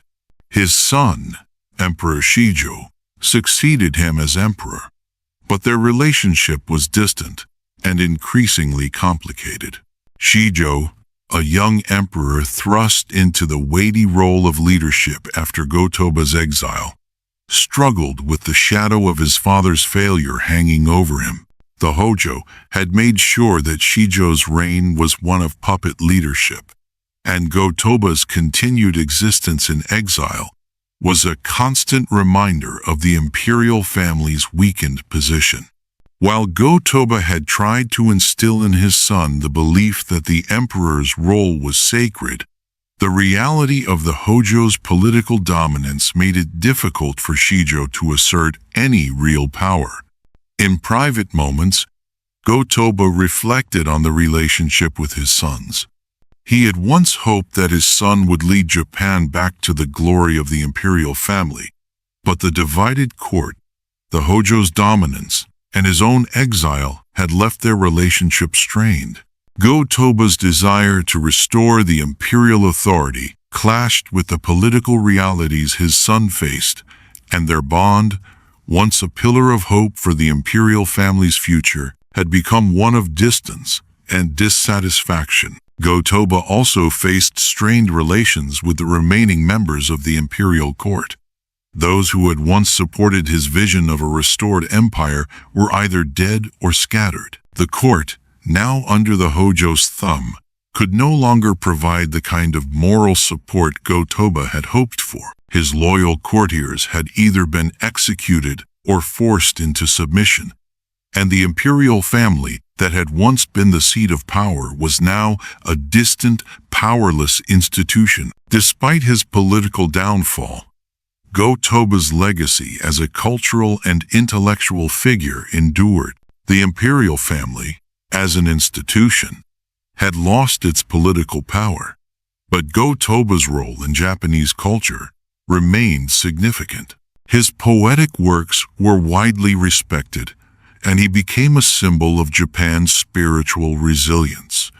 A man who, despite his political failures, had remained steadfast in his belief in the emperor's sacred duty. In his exile, Go-Toba came to accept the reality that the imperial family's power might never be fully restored in his lifetime. The Hojo had solidified their rule, and the emperor's influence had been relegated to a ceremonial role. But in his heart, Go-Toba held on to the belief that the emperor's divine right to rule could never be completely extinguished. His exile, though tragic, became a spiritual journey, and his poetry served as his last means of asserting his belief in the imperial legacy. As time went on, Go-Toba's isolation deepened, but his resolve never completely broke. His works continued to influence poets and literary figures long after his death in 1239. His poetry, now regarded as some of the finest examples of waka in Japanese literature, ensured that Go-Toba's name would be remembered, not for his failed rebellion, but for the cultural contributions he made in the face of defeat. Go-Toba's life in exile was one of quiet reflection, cultural productivity, and personal resilience. Stripped of his title, his family's power in decline, and his vision of a restored imperial family no longer possible, Go-Toba found solace in poetry and the arts. Though he never regained the throne, his legacy in the world of Japanese culture grew, making him a figure of significance in Japan's literary history. Though Japan was governed by military families, and the emperor had lost his political power, Go-Toba's story and his poetry would outlast the Hojo's reign. His life in exile was one of quiet defiance, a reminder that even in the darkest moments of failure, the spirit of the imperial family and the divine right of the emperor would endure. Chapter 7. Legacy of the Failed Emperor. The Jokyu War, 1221, and Go-Toba's subsequent failure to restore imperial authority marked a pivotal turning point in Japanese politics and culture. Though Go-Toba's rebellion ended in military defeat, the impact of his actions rippled far beyond the battlefield, shaping the trajectory of Japan for centuries to come. Go-Toba's fall from grace was not only a personal tragedy, but also a catalyst for the Hojo shogunate's ironclad grip on power and the deepening division between the emperor and the military class. His failure would have profound consequences for the imperial family, whose once dominant role in Japan's governance would now be overshadowed by the shogunate system. Before Go-Toba's rebellion, the imperial family still held some degree of influence in Japan, despite being weakened by the rise of the Hojo shogunate. The emperor, though technically the supreme ruler, had become little more than a ceremonial figurehead, with the real political power resting firmly in the hands of the samurai. Go-Toba, determined to restore the emperor's lost authority, attempted to reassert the imperial family's position at the heart of Japan's political structure. However, his failed rebellion not only marked the end of any hope for a restored imperial power, but it also solidified the Hojo's dominance. After the rebellion was crushed, the Hojo shogunate took full control of the political landscape. The emperor was no longer seen as a legitimate threat to the samurai-dominated order. The imperial court, once the central institution in Japanese politics, became isolated and largely irrelevant in the political and military decisions that shaped Japan's future. Go-Toba's failure to rally the samurai and nobility to his side made it clear that the imperial family no longer commanded the respect or authority it once held. The Hojo clan cemented their control over the political landscape, and Japan entered a long period of shogunal rule, where the emperor's role was relegated to a symbolic one, nothing more than a puppet for the ruling military elite. With Go-Toba's defeat, the Hojo shogunate emerged as the uncontested power in Japan. Samurai under their rule governed the land, and the military class became the dominant force in all matters of state.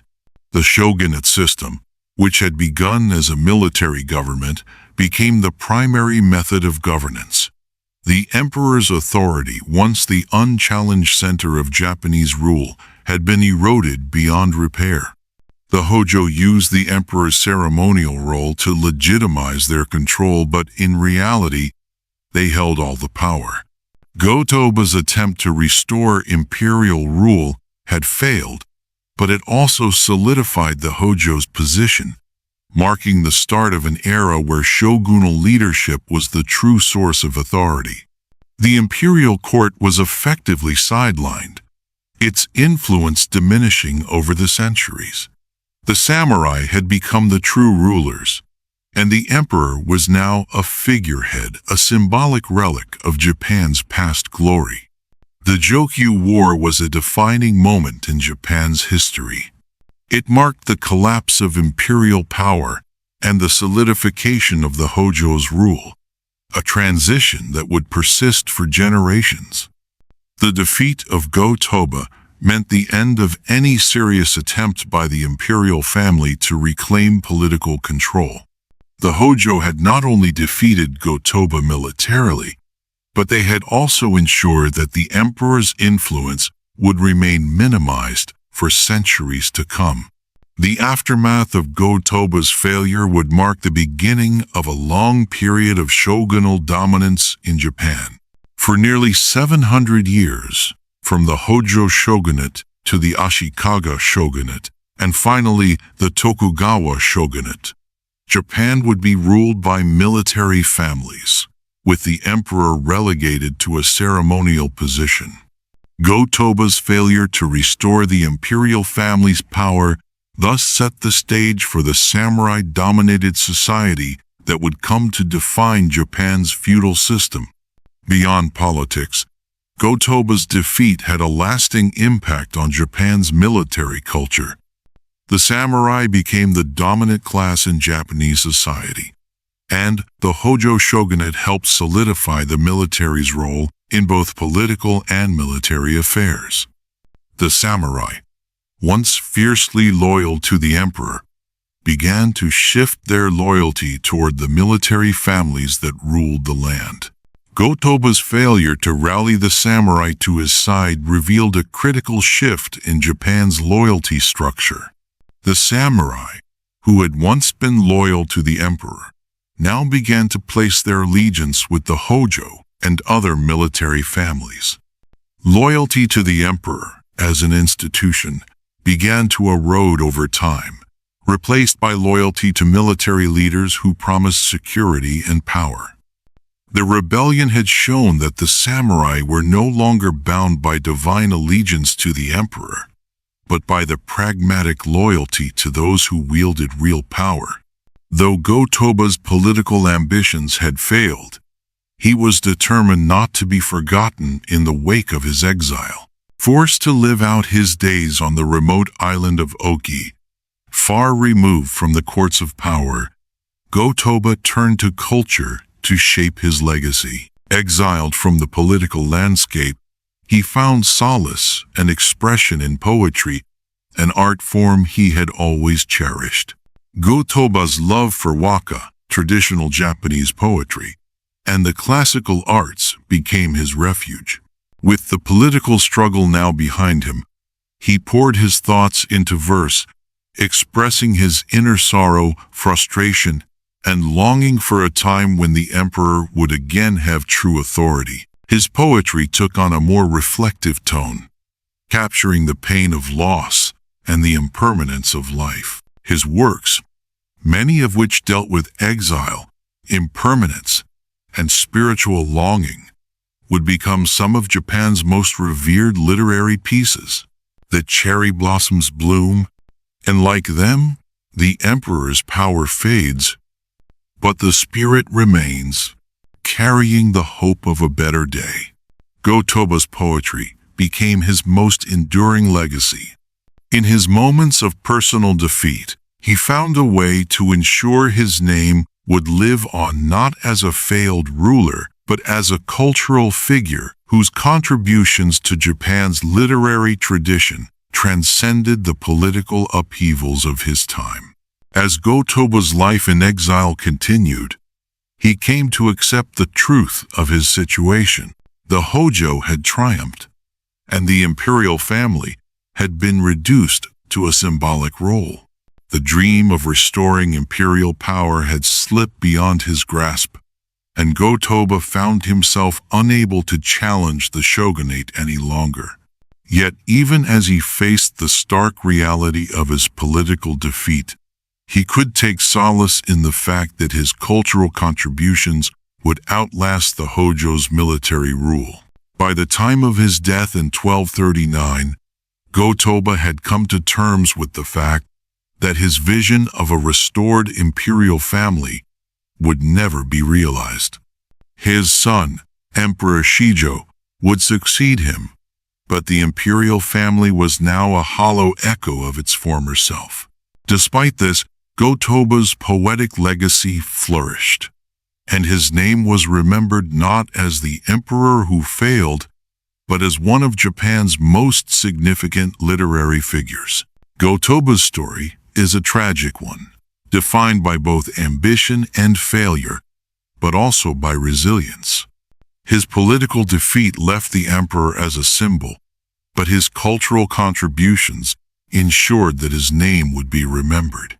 Go-Toba's legacy stands as a reminder that, while political power can be fleeting, the power of culture and the arts can transcend even the darkest moments of defeat. His poetry, born out of personal loss and exile, would endure long after his fall, a testament to the enduring spirit of the emperor and the divine right that he had fought so valiantly to restore. While the Hojo may have triumphed politically, Go-Toba's vision for the emperor's sacred role never fully dissipated. His rebellion, though crushed, planted seeds that would eventually germinate into future struggles. The imperial family, though relegated to a ceremonial role during the Hojo's reign, would continue to resonate with those who still believed in the emperor's divine right to rule. His poetic legacy, captured in verses that spoke of impermanence, exile, and the eternal spirit of the emperor, transcended his political defeat, becoming a cultural touchstone for future generations. Even in the remote isolation of Oki Island, Go-Toba's belief in the imperial family's sacred duty endured. Through his words, he breathed life into the idea that the emperor's divine mandate could never be erased. His poetry became an act of defiance against the Hojo, a quiet revolution that would echo through Japan's cultural history. The emperor might have been dethroned, but Go-Toba's writings became a permanent fixture in the cultural landscape of Japan, a reminder that the emperor's true power lay not in political dominance, but in the spiritual and cultural connection to the people. By the time of his death in 1239, Go-Toba had come to terms with the fact that he would not live to see the restoration of the imperial power he had so passionately sought. Yet his spiritual legacy endured. His poetry, though born from a place of personal sorrow and exile, resonated deeply with the people, offering solace and inspiration in a time when the emperor's authority was diminished. Go-Toba's poetic works became revered in Japan, and his name was immortalized not as a failed emperor, but as a visionary poet who had never abandoned the ideal of a restored imperial family. Through Go-Toba's story, we see that the true power of a leader lies not solely in the throne they occupy, but in the legacy they leave behind. Even in the face of crushing defeat, Go-Toba's unwavering faith in the emperor's divine right and his cultural contributions ensured that his vision would not be forgotten. His poetry, and the belief it carried, became a testament to the resilience of the human spirit, a reminder that even in the darkest of times, a person's true essence and their ideals can continue to inspire generations long after they are gone. Go-Toba's legacy, thus, stands not only as a testament to a man's struggle against the forces that sought to strip him of his power, but as a reminder of the enduring strength of the emperor's sacred role in the spiritual and cultural identity of Japan. While his political ambitions may have failed, his poetic legacy and the ideals he fought for would continue to shape Japan's future, proof that even in defeat, a ruler's spirit can transcend time and political circumstance. Though Emperor Go-Toba was exiled and stripped of his title, his influence did not vanish with his fall from power. Even though he was no longer in a position of authority, his name and his vision for a restored imperial Japan continued to resonate long after his defeat. His legacy persisted, not through political dominance, but through the cultural and spiritual impact he left behind, and the political seeds he unwittingly planted during his reign and rebellion. Go-Toba's failure to reclaim imperial power and restore the authority of the emperor did not mark the end of the imperial family's influence in Japan's political life. While the Hojo shogunate solidified its control after Go-Toba's rebellion, the notion of imperial legitimacy, the idea that the emperor was the true sovereign of Japan, continued to simmer beneath the surface. Go-Toba's defiance of the Hojo, his efforts to reassert the imperial family's centrality, and his personal vision for the empire had stirred unsettled loyalties within various factions of Japanese society, particularly among the samurai and noble families. These groups had been disillusioned by the Hojo's reign, and many began to look for ways to restore the imperial family's power, a desire that would ultimately lead to the Nanbokucho period, Nanbei-Chao date. Go-Toba's failure to reclaim the throne in the Jokyu War set the stage for a much larger conflict that would fracture Japan for decades. The Nanbokucho period, a long and bloody civil war between rival imperial courts, was rooted in the very political instability Go-Toba's actions had helped to foster. After Go-Toba's exile, the imperial family was split into two factions. On one side was the southern court, which Go-Toba's descendants continued to support, and on the other, the northern court, which came under the control of the Ashikaga shogunate, a military family that had gained significant power in the wake of the Hojo's collapse. This division between the northern and southern courts marked the start of the Nanbokucho period, an era of civil war, where two rival imperial courts vied for control of Japan. The southern court was established by Go-Toba's son, Emperor Go-Daigo, who, in a turn of fate, sought to overthrow the Ashikaga and restore the imperial family's political authority. His own attempt to reclaim the throne mirrored his father's ambitions, and it led to the outbreak of the Nanbokucho War in 1336. The conflict that arose from Go-Toba's failed rebellion was long-lasting. Though Go-Toba himself was no longer alive to see it, His defiance against the Hojo and his call for a return to imperial governance had set the stage for a prolonged power struggle. His exile became the rallying point for those who wanted to restore imperial authority, a movement that would eventually lead to civil war and a divided Japan. His direct descendants, including Emperor Go-Toba, who would come to power in the 14th century, would carry on the fight, not only to restore imperial rule but also to challenge the military families that had gained control during the preceding centuries. Go-Toba's reign and his subsequent exile underscored the fractured nature of Japan's imperial structure. The political instability that followed his fall from the Hojo's control to Go-Toba's failed rebellion, and ultimately to the Nanboku-cho period, highlighted the ongoing tensions between the imperial family and the military ruling elite. The imperial family remained a deeply symbolic force within Japan, but after Go-Toba's failed attempts to reclaim power, its ability to assert actual political control had been all but obliterated. The imperial family had long been the cornerstone of Japan's political and spiritual life, but over time, it had become increasingly disconnected from the realities of military governance. The shogunate system, first established by the Hojo and later the Ashikaga, became the true source of power, with the emperor's role confined to a mere figurehead. Go-Toba's attempt to regain imperial authority was seen by many as a last stand for the idea that Japan's leadership should be rooted in the emperor's divine mandate rather than military power. Despite his failure, Go-Toba's rebellion left an indelible mark on the nation's political landscape, and the idea of a united Japan under a singular emperor would continue to inspire future generations of Japanese leaders.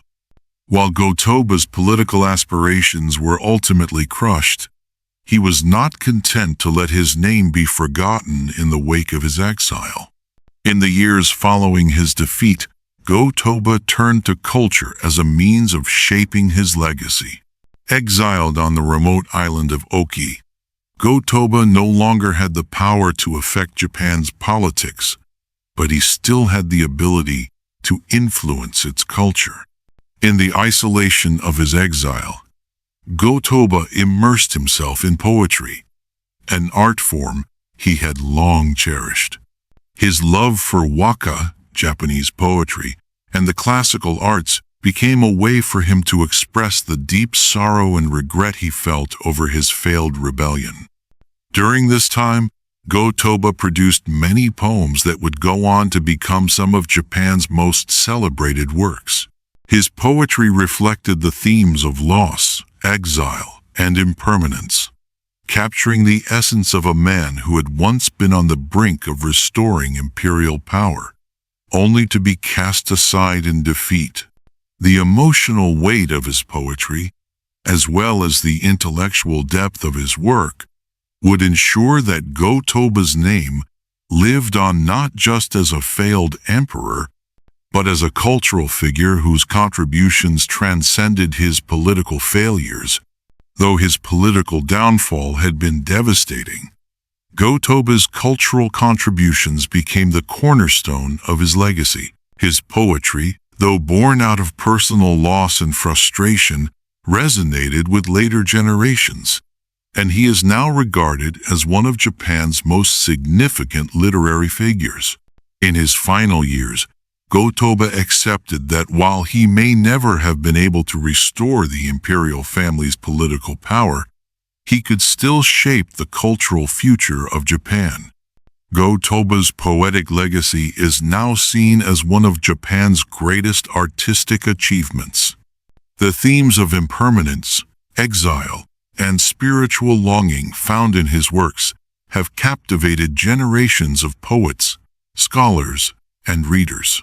His poems became more than just expressions of personal grief. They embodied the longing for a unified Japan under the rightful leadership of the emperor, a vision Go-Toba had fought for all his life. Even in exile, Go-Toba's influence in the cultural sphere far outlasted his political downfall.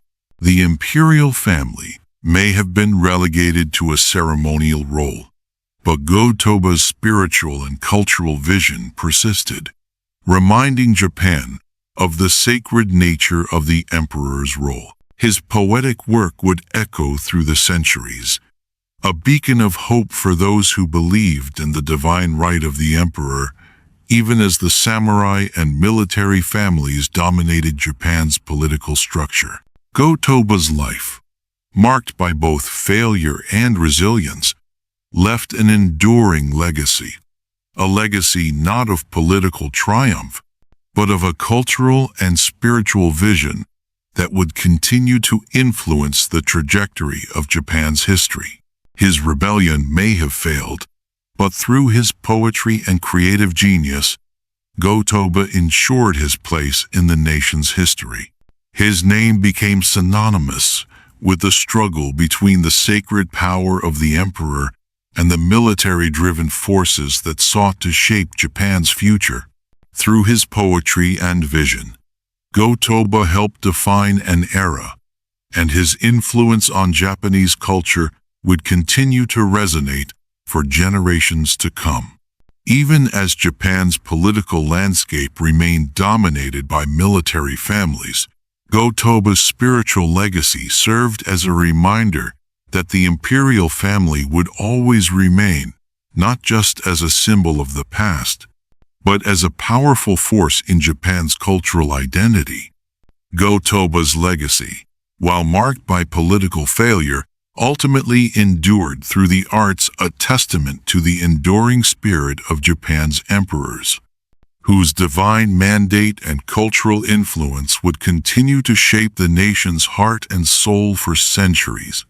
After the Jokyu War and his subsequent exile to the isolated island of Oki, Emperor Go-Toba spent his final years far from the center of political power in Japan. Though stripped of his throne and cast aside by the Hojo Shogunate, Go-Toba never abandoned his belief that the imperial family could one day be restored to its rightful position. His time on Oki Island was marked by deep introspection, but also by an unshakable resolve that the throne of Japan might someday return to him or his descendants. Despite the Hojo's absolute control over the political landscape, Go-Toba continued to hold on to the idea that divine providence would one day restore the emperor's power. During his exile, Go-Toba, though politically impotent, never ceased his efforts to maintain some form of influence. He continued to write poetry, pore over religious texts, and reflect on his role in Japan's history. In his secluded existence, the former emperor came to accept that his political defeat had cost him the ability to rule, but his connection to the imperial legacy, he believed, was spiritual and eternal. Go-Toba's conviction that the throne would one day return to the imperial family was, in part, an act of personal faith and devotion. He believed that his rebellion, though unsuccessful, had been an act of righteousness, and that, eventually, the imperial family's rightful place would be restored, either through his own descendants or through the intervention of a divine force. Despite the Hojo shogunate's unchallenged control, Go-Toba refused to let go of his vision for the future of Japan. The imperial family, he felt, was still the heart of the nation's spiritual and cultural identity, and its rightful power could never truly be erased. While his physical strength waned over the years, his spiritual strength endured, manifesting in the poetry he wrote and the quiet contemplation that filled his days on the island. As time passed, Go-Toba came to terms with the fact that his own days were numbered. Though his mind remained sharp and his spirit resilient, the physical toll of exile and age began to take its toll on him. His world, once filled with the bustling activity of court life and political intrigue, was now limited to the quiet isolation of Oki Island. Yet, in his heart, he still clung to the hope that the imperial family could one day rise again, even if he would not be there to see it. The island, remote and windswept, became a metaphor for his life isolated, cut off from the world that had once been his to command, but still holding a faint glimmer of hope that his legacy might endure.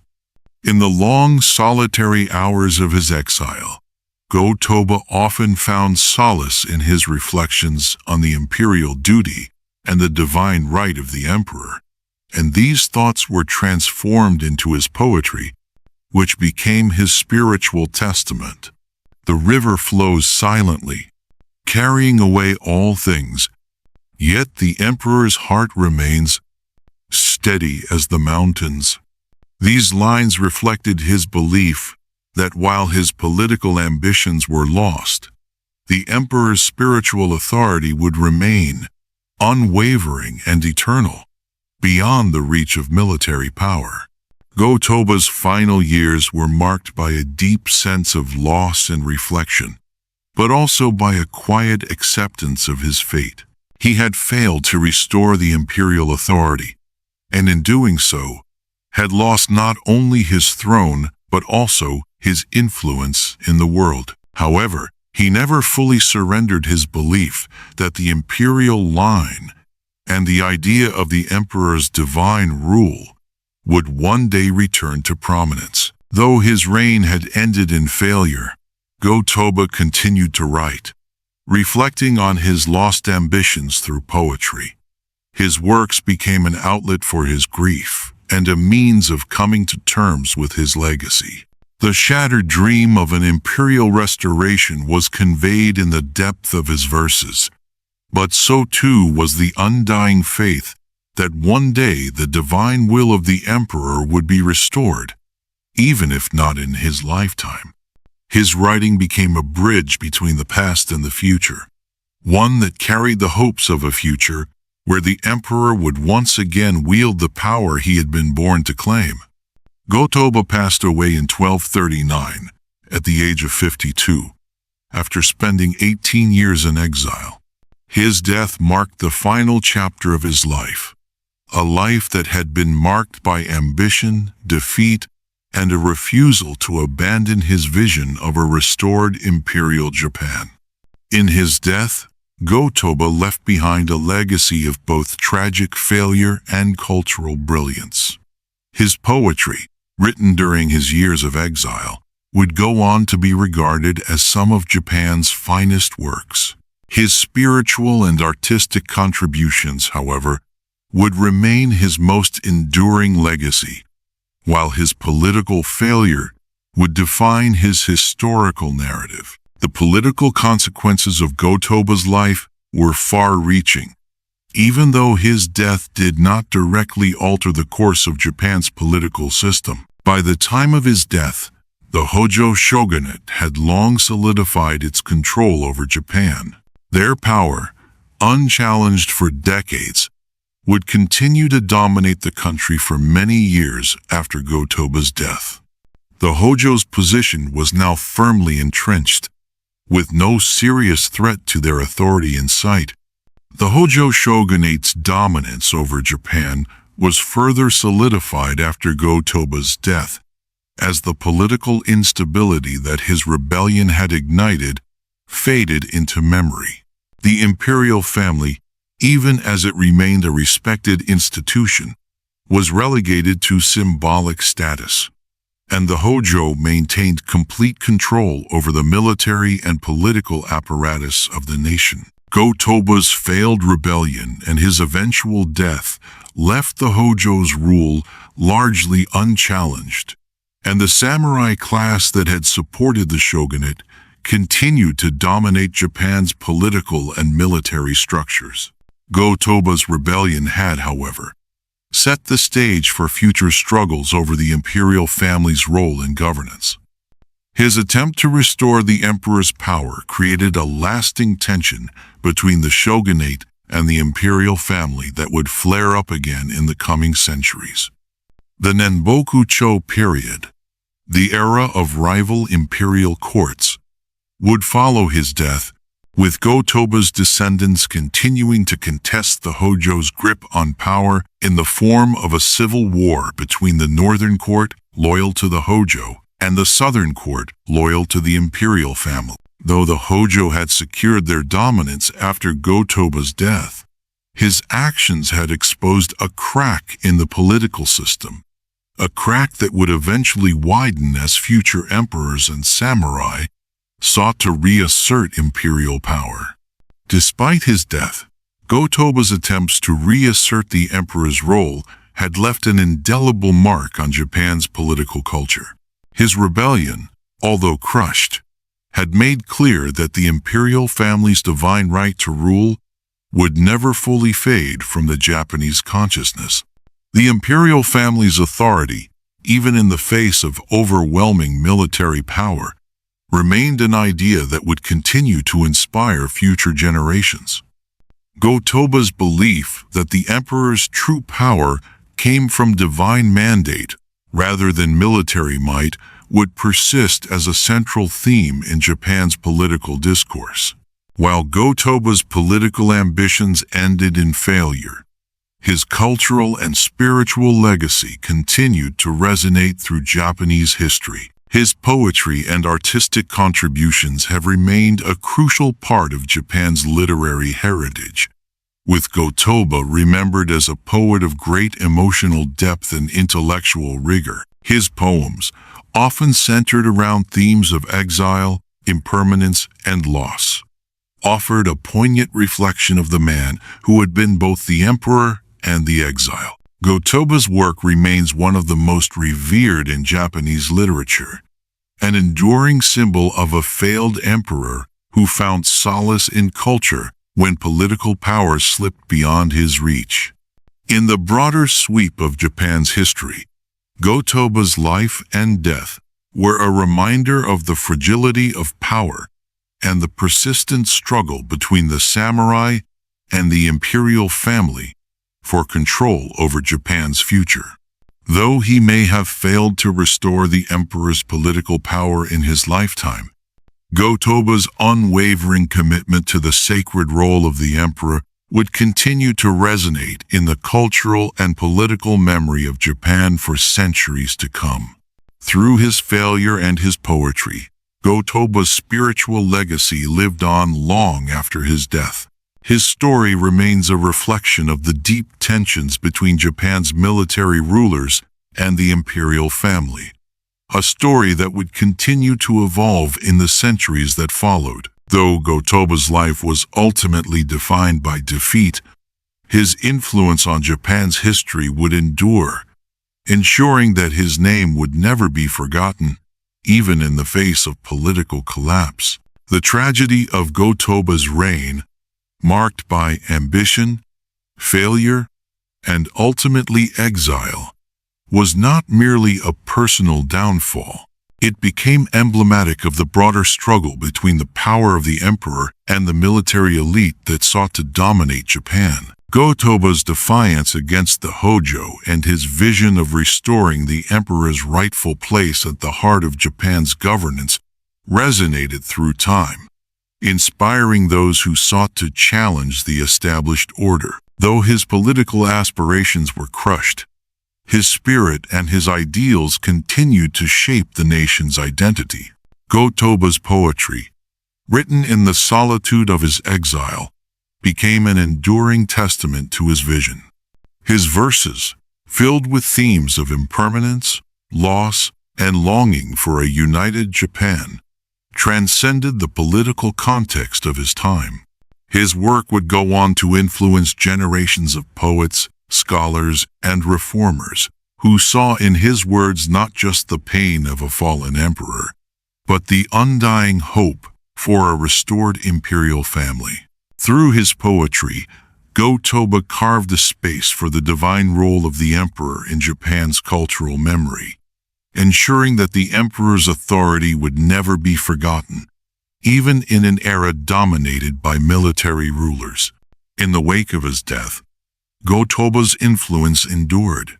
His story, though tragic, continued to echo throughout Japan's history, offering a powerful reminder that the emperor's sacred role could never be completely erased. The political struggles that followed embodied in the rise of the Nanbokucho period, a civil war between rival imperial courts, were the direct result of the cracks Go-Toba had exposed in the Hojo system. His actions, his failure, and his vision laid the foundation for future challenges to military rule and the eventual rise of the imperial family once again. Go-Toba's name would live on not as a figure of political triumph, but as a cultural and spiritual symbol, one of resilience, hope, and the enduring power of the emperor's divine right to rule. His story became a reminder to future generations that true power does not always lie in military force or political dominance, but in the quiet endurance of ideals that transcend time. And so, even though Go-Toba's life ended in failure and exile, his legacy lived on, forever intertwined with Japan's cultural and spiritual identity. His name became synonymous with the struggle for the emperor's divine mandate, and the belief that Japan's true soul lay in the hands of its emperor, no matter the external forces that sought to usurp that power. Go-Toba's life may have been marked by defeat, but in the end, it was his unwavering spirit, his poetry, and his vision for Japan's future that ensured his place in the annals of history. His story, though one of loss, became a beacon for those who believed in the enduring strength of the imperial family. Through his fall, Go-Toba ignited a fire that would burn brightly for generations to come, reminding Japan that the emperor's divine right would never be extinguished. The life of Emperor Go-Toba is not simply a tale of ambition and defeat. It is a story etched deeply into the soul of Japan, one that resonates with the profound echoes of dreams lost and visions unfulfilled. Though his rebellion against the Hojo shogunate was crushed, and his hopes for restoring the imperial family's power shattered, Go-Toba's legacy endures, not through the power he once held, but through the spiritual and cultural impact he left behind. In the quiet exile of Oki Island, Go-Toba's heart never surrendered. His mind, though a prisoner, never ceased to be a beacon of resilience. In his poetry, written in solitude and sorrow, he captured the spirit of a man who, despite having lost everything, refused to let the divine role of the emperor fade into oblivion. His verses, filled with longing, impermanence, and the weight of his failures, remain a testament to the strength of his belief in something greater than himself, the sacred duty of the emperor, the soul of Japan itself. Though the Hojo shogunate may have solidified their dominance, Go-Toba's story is far from one of mere defeat. It is the story of a man who, through exile and loss, found a way to transcend his fate. His poetry, woven with the threads of heartache, grief, and unwavering hope, stands as a monument to a vision that refused to die, even in the face of overwhelming political collapse. Go-Toba's work, now regarded as some of the finest in Japanese literature, speaks to the endurance of the human spirit, to the belief that even when the world feels irreparably broken, the soul can still reach for something greater. His rebellion, though ultimately unsuccessful, planted the seeds for the future struggles of Japan.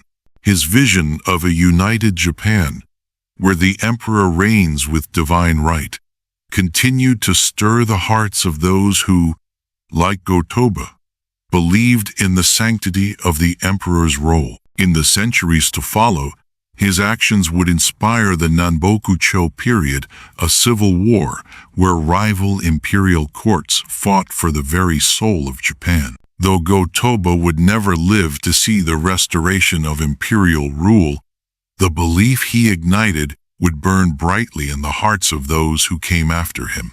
In the end, Go-Toba's life was not one of ultimate triumph, but rather of grace in the face of defeat, a reminder that even in failure, a legacy can be forged, one that transcends time, transcends politics, and becomes a guiding light for generations to come.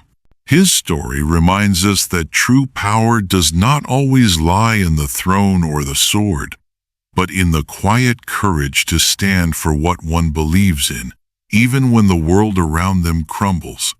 Go-Toba may have lost the throne, but he never lost his soul. His belief in the emperor's divine mandate remains an indelible part of Japan's cultural fabric, a belief that, even today, resonates with all who look beyond the passing shadows of power and see the enduring light of spiritual truth.